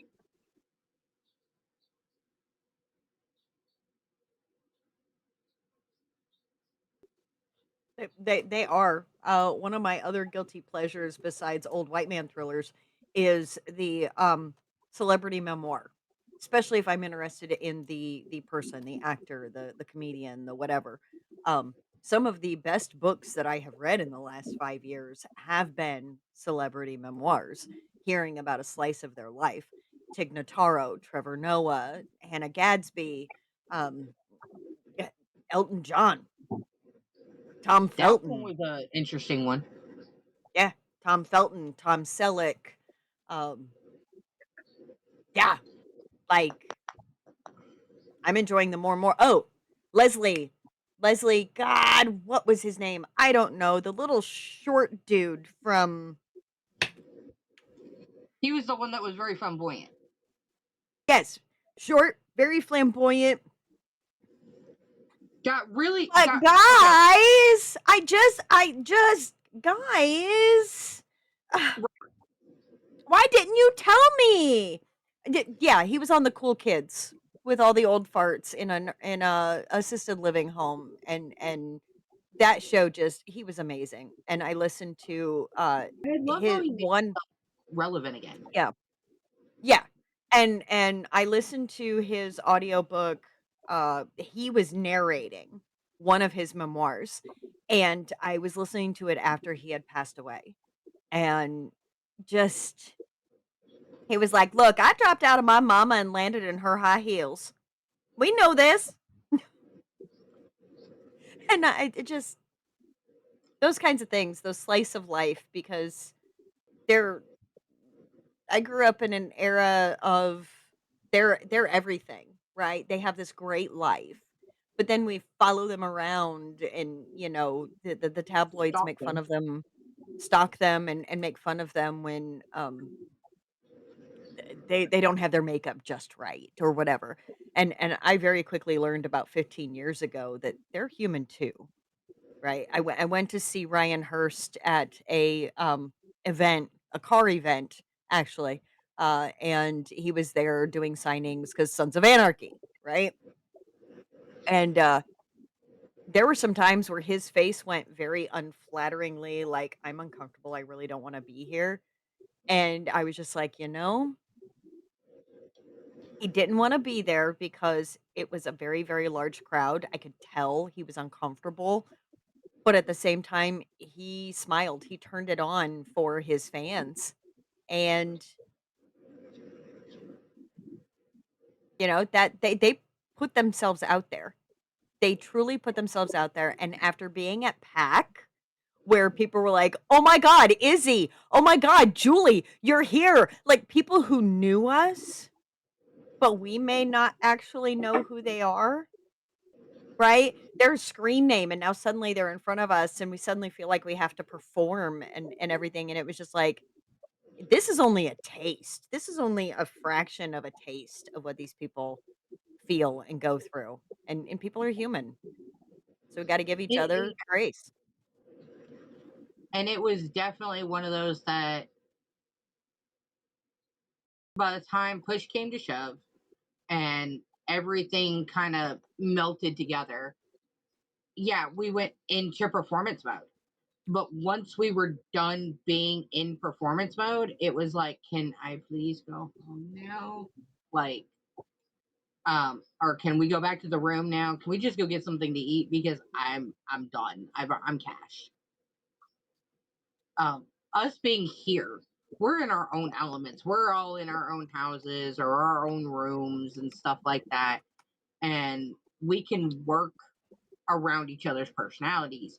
And even at PAC, we were working around each other's personalities and being there and experiencing everything. But when it was done, it was like, I'm cash. I need to go and not be where I'm at.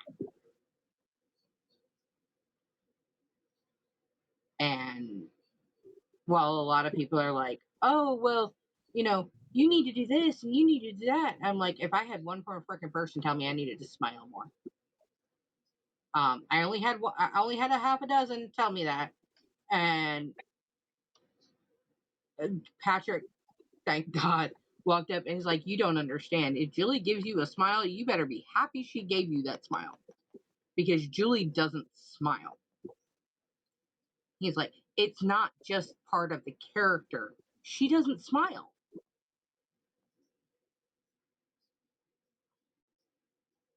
I get you to smile a lot. No, you get me to crack up a little. You get me to crack up. And I'm good with that. There's certain things that, it's like, it's all part of it. But at the same time, we've done the thing. And being able to fully understand being in a room with other authors and readers and everything like that. It's a performance. Some of them are just as goofy and lovable and everything like that as everybody else. And then there's some of us that are like, we can play it up for a minute. Mm-hmm. And then that's it. Yep. Absolutely. But I mean, that's the other thing.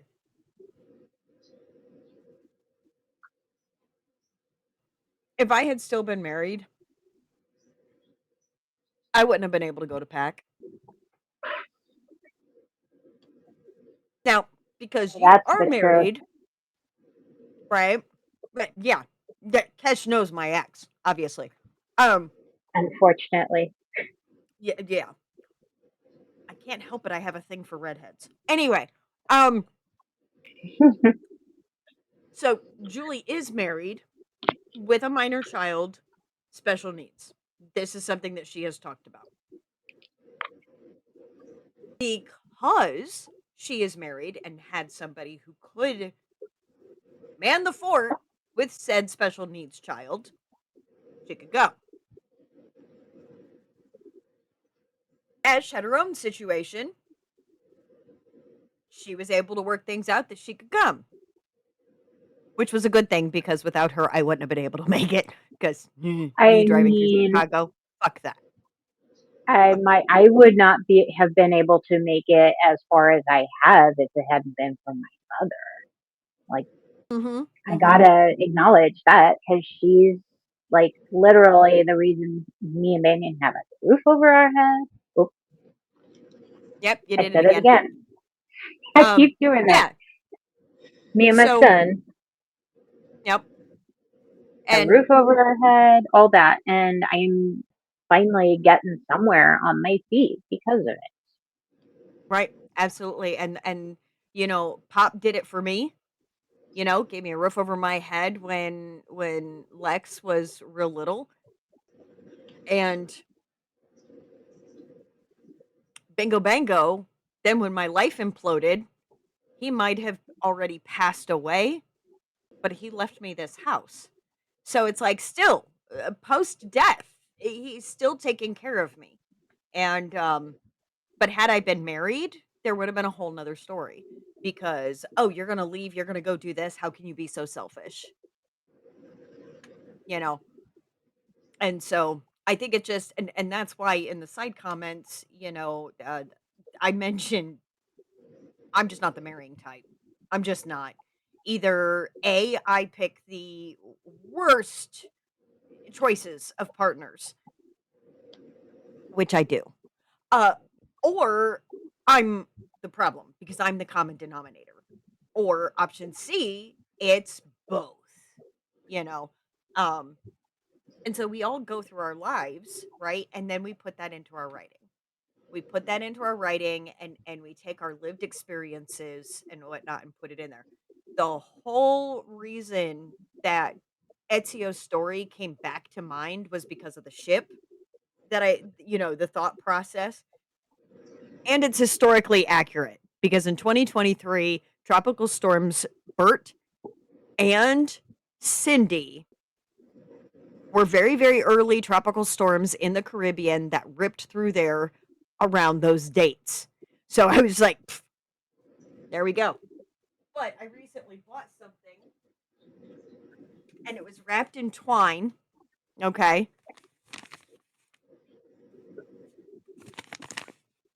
Wrapped in twine. And when I opened it up, it's a journal because it's a replica of Indiana Jones's journal that he received from his father. Right? Bound up with papers and whatnot, replicas of what that was. So, hey, there we go. If that gives you any clue as to where my marketing strategy is going for Ezio's story.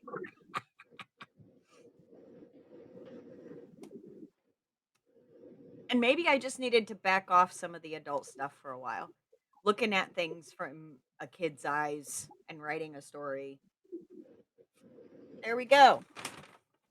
But we're putting that in because one of my best things best memories as a child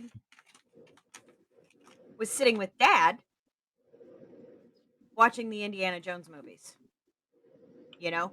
And seeing Indy open up that package and getting that journal and following it through, yeah, trying to find the Holy Grail and shit. Like that was impactful. And now I'm writing a story that is very similar in vein, except it's a young kid instead of a grown man.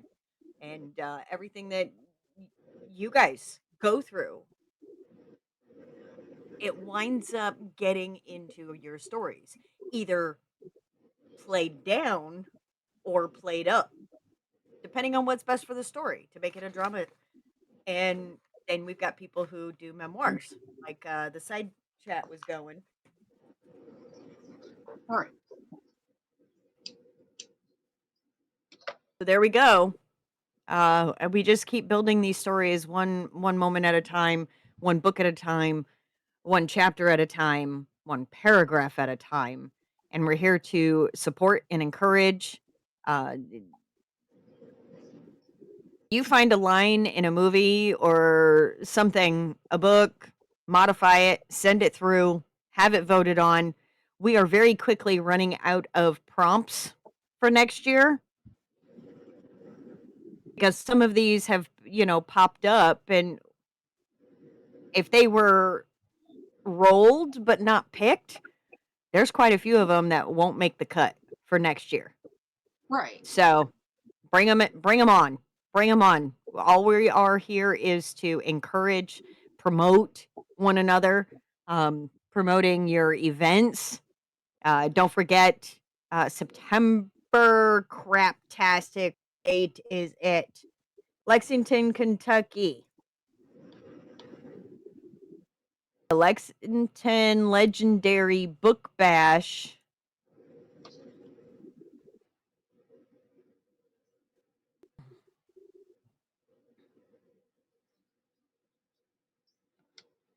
September 6th. September 6th. Go see Trisha Jones. Go see Trisha Jones. Oh, yeah. And I'm hoping, fingers crossed, Robbie is not working that weekend, so I can make it up there. There we go. And I'm hoping there's still tickets available because I've heard mixed things. And like, we'll be able to buy tickets at the door, and then I've heard things that you got to get them in advance, and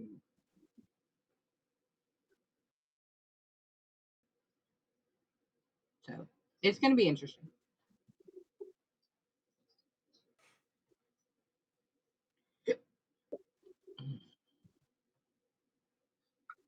Oh, ouch. That's a truth I'm not willing to face yet, Leon.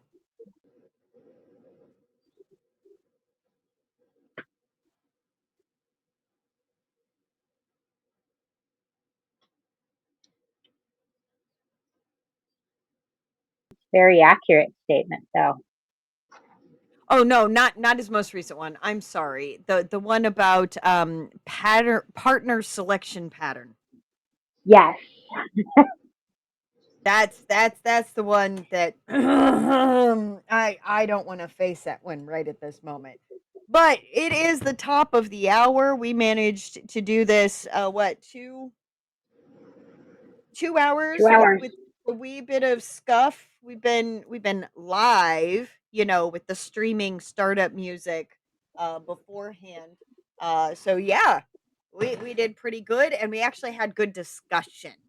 That's what I think that I would really like to see us do more of is discussion. Either discussing you know prompts, if people are okay with us discussing instead of just reactionary and go, "Ooh, I really liked this part," or whatnot, that sort of thing. But we can also do that in Discord. So join Well, yeah. us. But Join the whole us for that was one of the things that this show was founded on was using it as a sounding board for your work. So it's like, oh no, I really, and we're always that way with Trisha and Dahlia and a lot of them. It's what we liked about it. What was like, okay, I can see where you were going with it. I hope that's still where you're going with it. But if that's Right. not, well, now you got me confused. But that more deconstruction typically does not happen here. You know, Right. Julie and I do it to each other, but that's because we don't say anything that's not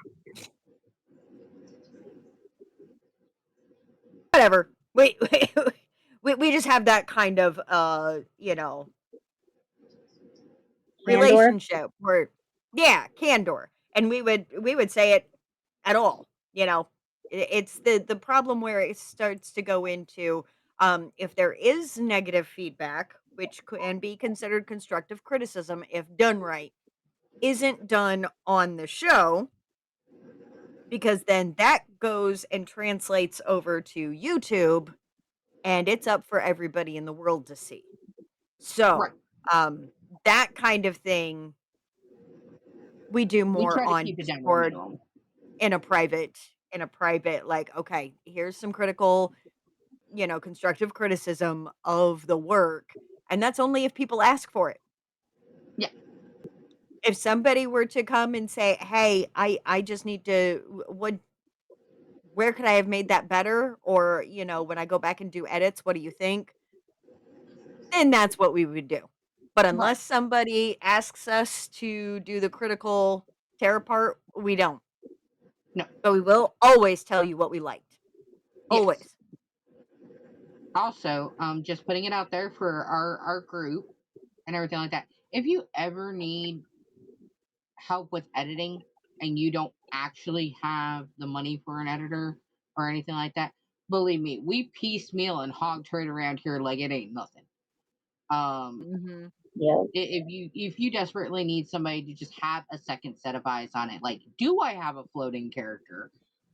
Do I have the correct verbiage here? Did I do a tense change halfway through this and I didn't even realize it because it reads correctly to us, but it doesn't read correctly to Right. you know Accidental POV change, accidental wrong tense of a verb.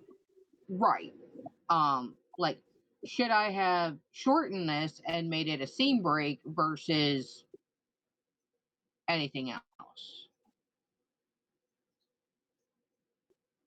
Oh, Leon, we have had this question before.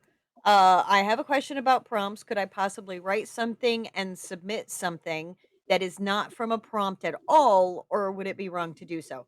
I wouldn't say that it would necessarily be wrong. However, please designate that it's not prompt. So that way we're doing the prompt submissions first. And if we have time afterwards or during, then yeah, don't see the issue. You want to run it past people for, what's good about it, etc. By all means. But please be aware prompts take priority. Yes, always. I have 100% just thrown like chapters of a book in just for word count. Yep. Yep. That's why she has over 111,000 words submitted. Yep. Is it Absolutely. 111 now? 111,000. Yeah. That's not counting what doesn't get shared on here. Yeah. Oh, I know.